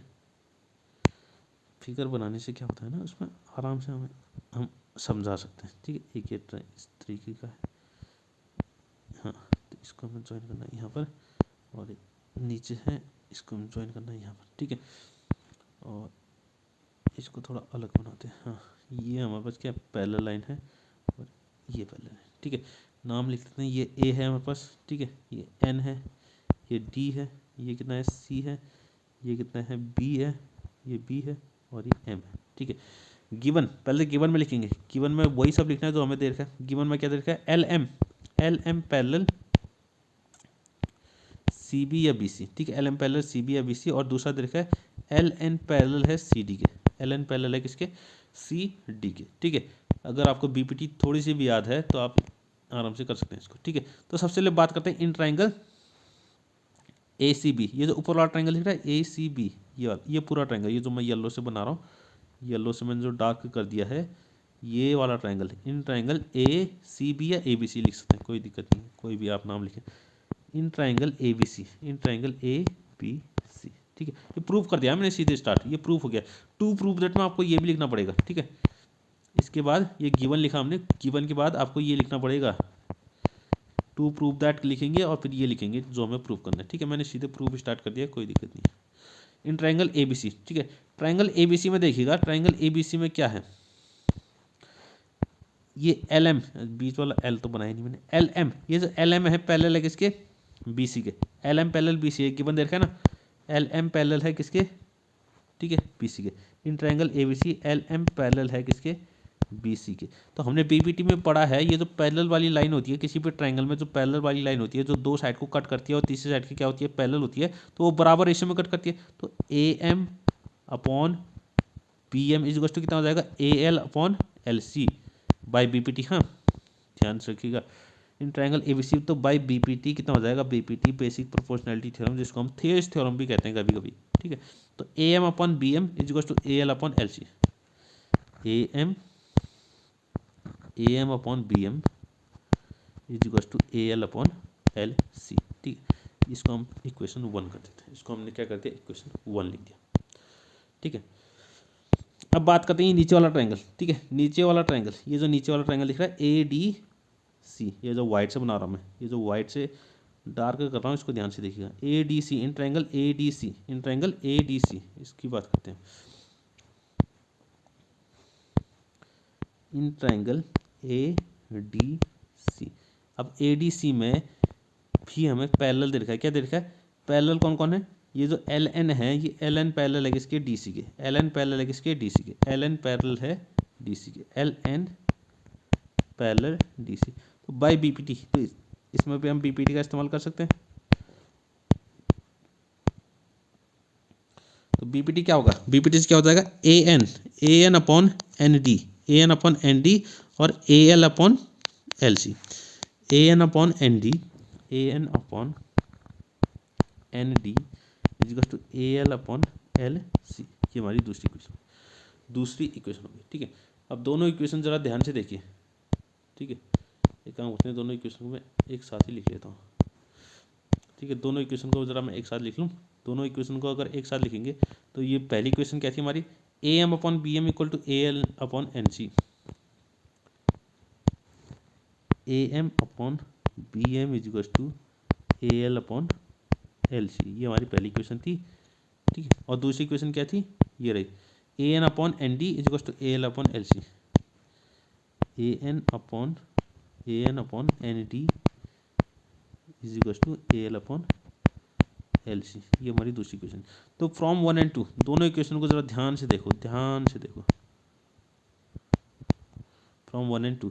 तो यहाँ ध्यान से अगर देखें तो A L upon L C यहाँ भी है, A L upon L C. तो A L upon L C किसके बराबर है, A M upon B L, वो A M upon B M कितना था, ये A M upon B M था कि क्या था, मैंने कुछ गलत लिख दिया, A M upon B M था ना, A M upon B M, ये बी एम है। ठीक है, A M upon B M. हाँ ठीक है, तो A L upon L C जो है किसके बराबर है, A M upon B M के बराबर है। और यहाँ भी A L upon L C किसके बराबर है, A N upon N D के बराबर है। तो ये दोनों भी क्या हो जाएंगे, बराबर हो जाएंगे। ये दोनों भी क्या हो जाएंगे, बराबर हो जाएंगे। यानी कि from 1 and 2 A M upon B M आ जाएगा is equals to A N upon D N या एन डी, एक ही बात है। ठीक है, तो यही हमें क्या करना था, प्रूव करना था। यही हमें क्या करना था, प्रूव करना था, यही तो करना था ना शायद। A M upon B M equal to A N upon A D लिखा हुआ है इसने। अच्छा अच्छा, A M upon A B और A N upon A D करना है, ठीक है, समझ गया, ठीक है। अभी हमारा खत्म नहीं हुआ है प्रूफ, हमें और थोड़ा इसमें आगे करना है, ठीक है। तो ध्यान से देखिए अब क्या करना है आपको, ठीक है। अभी प्रूव नहीं हुआ है, ठीक है, अभी प्रूव नहीं हुआ है, इसको जरा इरेज करते हैं, ये प्रूव नहीं हुआ है, ठीक है। हाँ अब प्रूव करते हैं, ठीक है। तो हमने कहाँ पहुँच गए हम, A M upon B M निकाल दिया, A M upon B M equal to A N upon D N, इतना हमारा आ चुका है, ठीक है। अब हमें क्या करना है, रेसिप्रोकल करना है, दोनों साइड क्या करना है, रेसिप्रोकल करना है, रेसिप्रोकल, ठीक है। तो ये आ जाएगा B M upon A M, B M upon A M is equal to D N upon A N, ठीक है। रेसिप्रोकल करके अब एडिंग वन बोथ साइड्स, दोनों साइड मुझे एड वन करना है, adding one both sides, adding one both sides. तो दोनों साइड अगर मैं वन को ऐड करूँ, ठीक है, इसके आगे मैं यहाँ कर रहा हूँ, तो ये हो जाएगा B M plus A M plus one, ठीक है। एनसीईआरटी का क्वेश्चन है वैसे ये, D N upon A N equals to कितना आ जाएगा, वो equals to sorry equals to नहीं प्लस वन, दोनों साइड हमने वन को ऐड कर दिया, ठीक है। अब एलसीएम लेना है, यहाँ भी अपन वन हो जाएगा और यहाँ भी क्या हो जाएगा, अपन में वन आ जाएगा, ठीक है। तो एलसीएम यहाँ ए एम आएगा और ऊपर आ जाएगा कितना, B M plus A M, B M plus A M आ जाएगा, और यहाँ एलसीएम कितना आ जाएगा, एलसीएम आ जाएगा ए एन और ऊपर आ जाएगा D N plus A N, D N plus A N, ठीक है। अब अगर जरा फिगर में देखें, यहाँ पर देखना, ठीक है, ये B M plus A N है, ये क्या है, B M plus A M, figure में अगर देखें B M plus A M कितना है, ठीक है, बी एम, ये रहा B M plus A M, ठीक है, बी एम ये रहा और ए एम ये रहा, तो बी एम और प्लस ए एम, पूरा B M plus A M करेंगे तो ए बी बन जाएगा, क्या बन जाएगा, ए बी बन जाएगा, ठीक है। तो ये आ जाएगा A B upon A M, कितना आ गया, A B upon A M is equals to, अब यहाँ पे कितना है, D N plus A N है, D N plus A N है, ठीक है। दूसरी साइड कितना है, D N plus A N. अब इसको जरा देखिए, ये रहा D N plus A N, D N और ए एन दोनों को ऐड करेंगे तो क्या बन जाएगा, पूरा ए डी बन जाएगा, क्या बन जाएगा, ए डी बन जाएगा, ठीक है। तो ये आ जाएगा A D upon A N, तो ये हो गया हमारा प्रूफ, ठीक है। अब इसका हम फिर से रेसिप्रोकल करना है, जैसा हमें प्रूफ करना है उसी हिसाब से अगर हम करें तो फिर से रेसिप्रोकल कर दो, फिर से क्या कर दो, रेसिप्रोकल कर दो। तो रेसिप्रोकल करेंगे कितना आ जाएगा, A B upon A M था तो A M upon A B आ जाएगा, कितना आ जाएगा, A M upon A B, A M upon A B और A N upon A D. अब जाके हमारा क्या हो गया, प्रूफ हो चुका है, ठीक है। तो इस तरीके से आपको प्रूफ करना है, ठीक है, अच्छे से समझना है इसको, एकदम प्रैक्टिस करनी है बहुत सारी, ठीक है। हाँ ये हमारा आखिरी क्वेश्चन है, ये क्या हमारा आखिरी क्वेश्चन है और आसान भी है, ज़्यादा मुश्किल नहीं है, ठीक है। बेसिक्स ही आपका अगर आपको नॉलेज है तो आप कर सकते हैं, ठीक है। फिगर हमें दिया हुआ एक, ठीक है, एक अच्छा सा फिगर दिया हुआ है, तो एक बार मैं फिर से बना ही लेता हूँ, ठीक है, जब तक बनाऊँगा नहीं चैन ही नहीं मिलेगा, ठीक है। ये हमारा क्या है, एक फिगर दिया हुआ है, ये रहा, ठीक है। बीच में सेंटर में क्या है, ओ है, यहाँ पर क्या है, डी है, यहाँ पर सी है, यहाँ पर ए है और यहाँ पर क्या है, बी है। ये 125 है, ये 70 है, ठीक है, और कुछ नहीं दिया हुआ, ठीक है, और कुछ नहीं दिया हुआ। एक चीज़ देखिए गिवन में क्या देखा है, तो इसको अगले पेज में लिखते हैं, ठीक है। गिवन क्या देखा है, ताकि थोड़ा समझ, गिवन दे रखा है हमें triangle O D C, triangle O D C, triangle O D C similar है किसके, ओ बी ए के, triangle O D C, triangle O D C, triangle O D C similar है ट्राइंगल ओ बी ए के। अगर triangle जो है similar होते हैं तो उनके करस्पॉन्डिंग एंगल्स, करस्पॉन्डिंग साइड का रेशियो इक्वल होता है और करस्पॉन्डिंग एंगल्स इक्वल होते हैं, ठीक है। अब करस्पॉन्डिंग एंगल कैसे ढूंढे जाए, तो ओ के करस्पॉन्डिंग कौन है, ओ ही है, डी के करस्पॉन्डिंग कौन है, बी है, और सी के करस्पॉन्डिंग कौन है, ए है। यानी कि एंगल ओ किसके बराबर होगा, एंगल ओ, यानी कि वर्टिकली अपोजिट एंगल है, एंगल ओ और एंगल ओ कैसे हैं, वर्टिकली अपोजिट हैं, यानी कि ये एंगल ओ और ये एंगल ओ क्या है, बराबर हैं दोनों ट्राइंगल्स में, ठीक है। और दूसरा क्या दिया हुआ है, एंगल डी के करस्पॉन्डिंग कौन है, बी है, तो यानी कि एंगल डी किसके बराबर होगा, एंगल बी के बराबर होगा, और एंगल सी किसके बराबर होगा, एंगल ए के बराबर होगा। इतना समझ रहे हैं ना। और गिवन क्या दे रखा है, angle A D, angle D कितना है, 70 है। एंगल डी अगर 70 है तो एंगल बी कितना होगा, 70 ही होगा, क्योंकि एंगल डी और एंगल बी क्या है, बराबर है, ठीक है। तो इस हिसाब से ये कितना हो गया, एंगल बी इक्वल टू 70 हो गया। एंगल बी, अब एंगल बी का अगर पूरा नाम लिखे तो एंगल बी का नाम क्या है, एंगल ओ बी ए, एंगल ओ बी ए, ठीक है। तो यानी कि एंगल ओ बी ए ये भी कितना होगा, 70 डिग्री होगा, ठीक है। लेकिन हमें निकालना क्या है, हमें निकालना क्या है, हमें निकालना है एंगल डी ओ सी, एंगल डी ओ सी, एंगल डी ओ सी निकालना। एंगल डी ओ सी कहाँ पर है, ये वाला है, ये वाला, ये देख रहे ना, ओ वाला एंगल डी ओ सी निकालना, ठीक है। तो यहाँ ध्यान से देखिएगा, ऊपर फिगर में देखिएगा, क्वेश्चन में क्या लिखा हुआ है, ये जो डी बी लाइन है ये कैसी लाइन है, एक स्ट्रेट लाइन है, ये क्या है, स्ट्रेट लाइन है। ये एंगल 125 है, ये एंगल कितना है, 125 है, और ये एंगल ये पता नहीं है हमें, तो इस पूरे एंगल का सम कितना होगा, 180 होगा, ठीक है। इस पूरे एंगल का सम कितना होगा, 180। तो यहाँ से ध्यान से देखिएगा, D B is a straight line, D B is a straight line, D B क्या है, एक स्ट्रेट लाइन है, और स्ट्रेट लाइन में जितने भी एंगल बनते हैं वो क्या होते हैं, एक पॉइंट पे जितने भी एंगल बनते हैं वो सारे एंगल का सम कितना होता है, 180 होता है। यानी कि एक तो एंगल 125 है, प्लस एंगल ये जो बन रहा है, ये एंगल डी ओ सी जो हमें निकालना है, एंगल डी ओ सी जो बन रहा है, ठीक है, आपको दिख रहा होगा एंगल डी ओ सी, ये जो एंगल डी ओ सी, ठीक है, एंगल डी ओ सी जो बन रहा है, इन दोनों का सम 180 होगा। Angle D O C is equal to कितना होगा, 180, ठीक है, 180 होगा। तो एंगल डी ओ सी बराबर कितना हो जाएगा, 180 माइनस 125, तो 180 माइनस 125 कितना होता है, ठीक है, 10 में से 5 गया 5 आ गया, 7 में से 2 गया 5, 55 डिग्री। तो एंगल डी ओ सी कितना आ गया, 55। तो एक चीज़ तो हमारी कैलकुलेट हो चुकी है, अब बचा क्या, अब हमें निकालना क्या है, अब हमें दूसरी चीज़ निकालनी है क्या, एंगल डी सी ओ, एंगल डी सी ओ, एंगल डी सी ओ कहाँ है, ये ऊपर वाला, ये वाला एंगल, ये, ठीक है। तो ये ऊपर वाला ट्रायंगल देखें ना, ऊपर वाला ट्रायंगल, ये जो वाइट बना रहा हूँ मैं, ये जो वाइट ट्रायंगल है, इसको ध्यान से देखिएगा, ये 70 डिग्री देखा, ये अभी हमने निकाला था एंगल ओ, ये हम निकाल लेंगे भाई ट्रायंगल वाली प्रॉपर्टी से, ठीक है। ट्रायंगल के तीनों एंगल का सम कितना होता है, 180 होता है, ठीक है। तो इस ट्रायंगल का नाम क्या है, नाम तो मैं भूल ही गया, एंगल डी ओ सी, वो ट्रायंगल डी ओ सी, ठीक है, triangle in triangle D O C, ठीक है। एक एंगल 70 है, ठीक है, एक एंगल अभी हमने निकाला 55 था, प्लस एंगल डी सी ओ, ये हमें कैलकुलेट करना है, ठीक है, ये हमें क्या करना है, कैलकुलेट करना है। इक्वल टू कितना होगा, तीनों एंगलों का सम 180, क्योंकि ट्रायंगल है ना, तो 70 प्लस 55, 70 प्लस 55 कितना होता है, ये होता है हमारे पास 125, plus angle D C O is equal to कितना हो गया, 180। तो angle D C O is equal to हो जाएगा 180 माइनस 125, ठीक है। तो angle D C O is equal to हो गया, इसमें से अगर माइनस करें 10 में से 5 गया 5, 7 में से 2 गया 5, तो 55 डिग्री कितना आ गया, 55 डिग्री। तो ये हमारा सॉल्यूशन हो गया। तो एंगल डी सी ओ भी हमारा क्या हो गया, निकल गया, ठीक है, एंगल डी सी ओ भी निकल गया। तो दो ही चीज़ हमारी निकाली थी, ये हमारा क्या हो गया, कंप्लीट हो चुका है, ठीक है, कंप्लीट हो चुका है। हाँ, तो आज के लिए बस इतना ही, ठीक है। आज हमारे 16 क्वेश्चन हमारे कंप्लीट हो गए। हमने 1 मार्क्स वाले, ठीक है, 1 मार्क्स वाले और 2 मार्क्स वाले हमने ये सारे क्वेश्चन कर लिए थे, ठीक है। अब कल हम करेंगे 16, 17 से लेकर 27 तक के क्वेश्चन जितने भी हैं, ठीक है। इसमें हमारे 4 मार्क्स वाले और 5 मार्क्स वाले क्वेश्चन आएंगे, ठीक है, 4 मार्क्स और 5 मार्क्स वाले क्वेश्चन होंगे, ठीक है। तो और अच्छा, एक चीज़ और बतानी है, ठीक है। अब हम क्या करने वाले हैं, ठीक है। अब बहुत से बच्चों का क्या है कि अब लास्ट चीज़, ठीक है, अब लास्ट के कुछ ही टाइम बचा एग्जाम में, ठीक है।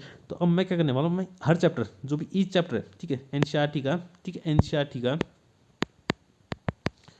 हमारे कितने चैप्टर हैं एनसीईआरटी में, 13 चैप्टर हैं, 13 चैप्टर्स हैं, ठीक है, 13 चैप्टर्स हैं। तो हर चैप्टर को मैं, ठीक है, हर चैप्टर को एक उसकी समरी या उसको एक रिवीजन के टाइप पे या रिवीजन की तरह मैं उस पूरे चैप्टर को जितना भी उसमें इंपॉर्टेंट चीज़ है उसको मैं बताऊंगा, ठीक है। उसके लिए मैं एक वीडियो बनाऊंगा हर चैप्टर में जितना भी इंपॉर्टेंट है, क्वेश्चन नहीं, उसमें जो इंपॉर्टेंट टॉपिक्स हैं, उसमें जो इंपॉर्टेंट कंसेप्ट हैं, ठीक है, जो भी टॉपिक्स हैं या कंसेप्ट हैं, ठीक है, कंसेप्ट हैं या फॉर्मूलेज हैं, ठीक है, वो सारे मैं कराऊंगा, ठीक है, उस चैप्टर में, ठीक, उस चैप्टर के, ठीक है। और ये हम स्टार्ट करेंगे कब से, मंडे से। कब से करेंगे, मंडे से स्टार्ट करेंगे, ठीक है। तो मंडे से आप देखिएगा, ठीक है। मैं हर चैप्टर यानी कि 13 चैप्टर्स के, या 13 चैप्टर या 12 चैप्टर हैं, कुछ ऐसे चैप्टर हैं मुझे एक्चुअली, ठीक है, एग्जैक्टली याद नहीं है, ठीक है। 13 या 12 चैप्टर जितने भी हैं, ठीक है, उसको हम करेंगे, ठीक है। या तो डेली में, या तो एक चैप्टर डालेंगे, या तो डेली में एक से ज़्यादा भी मैं कभी कभी डाल सकता हूँ, ठीक है। तो इस तरीके से हम करेंगे, ठीक है, ताकि आपका अच्छे से एग्ज़ाम जाए, ठीक है। तो आज के लिए बस इतना ही, ठीक है। बाकी हम कल करेंगे, कल जो हमारा सैम्पल पेपर उसको कंप्लीट कर लेंगे, ठीक है। थैंक यू, ठीक है। ऐसे ही लाइक कीजिए, ठीक है, लाइक कीजिएगा, ठीक है, और सब्सक्राइब भी कीजिएगा, ठीक है। और अगर किसी को आपको भेजना चाहें तो आप शेयर भी कर सकते हैं, ठीक है। ओके, ठीक है। तो आज के लिए बस इतना ही, थैंक यू।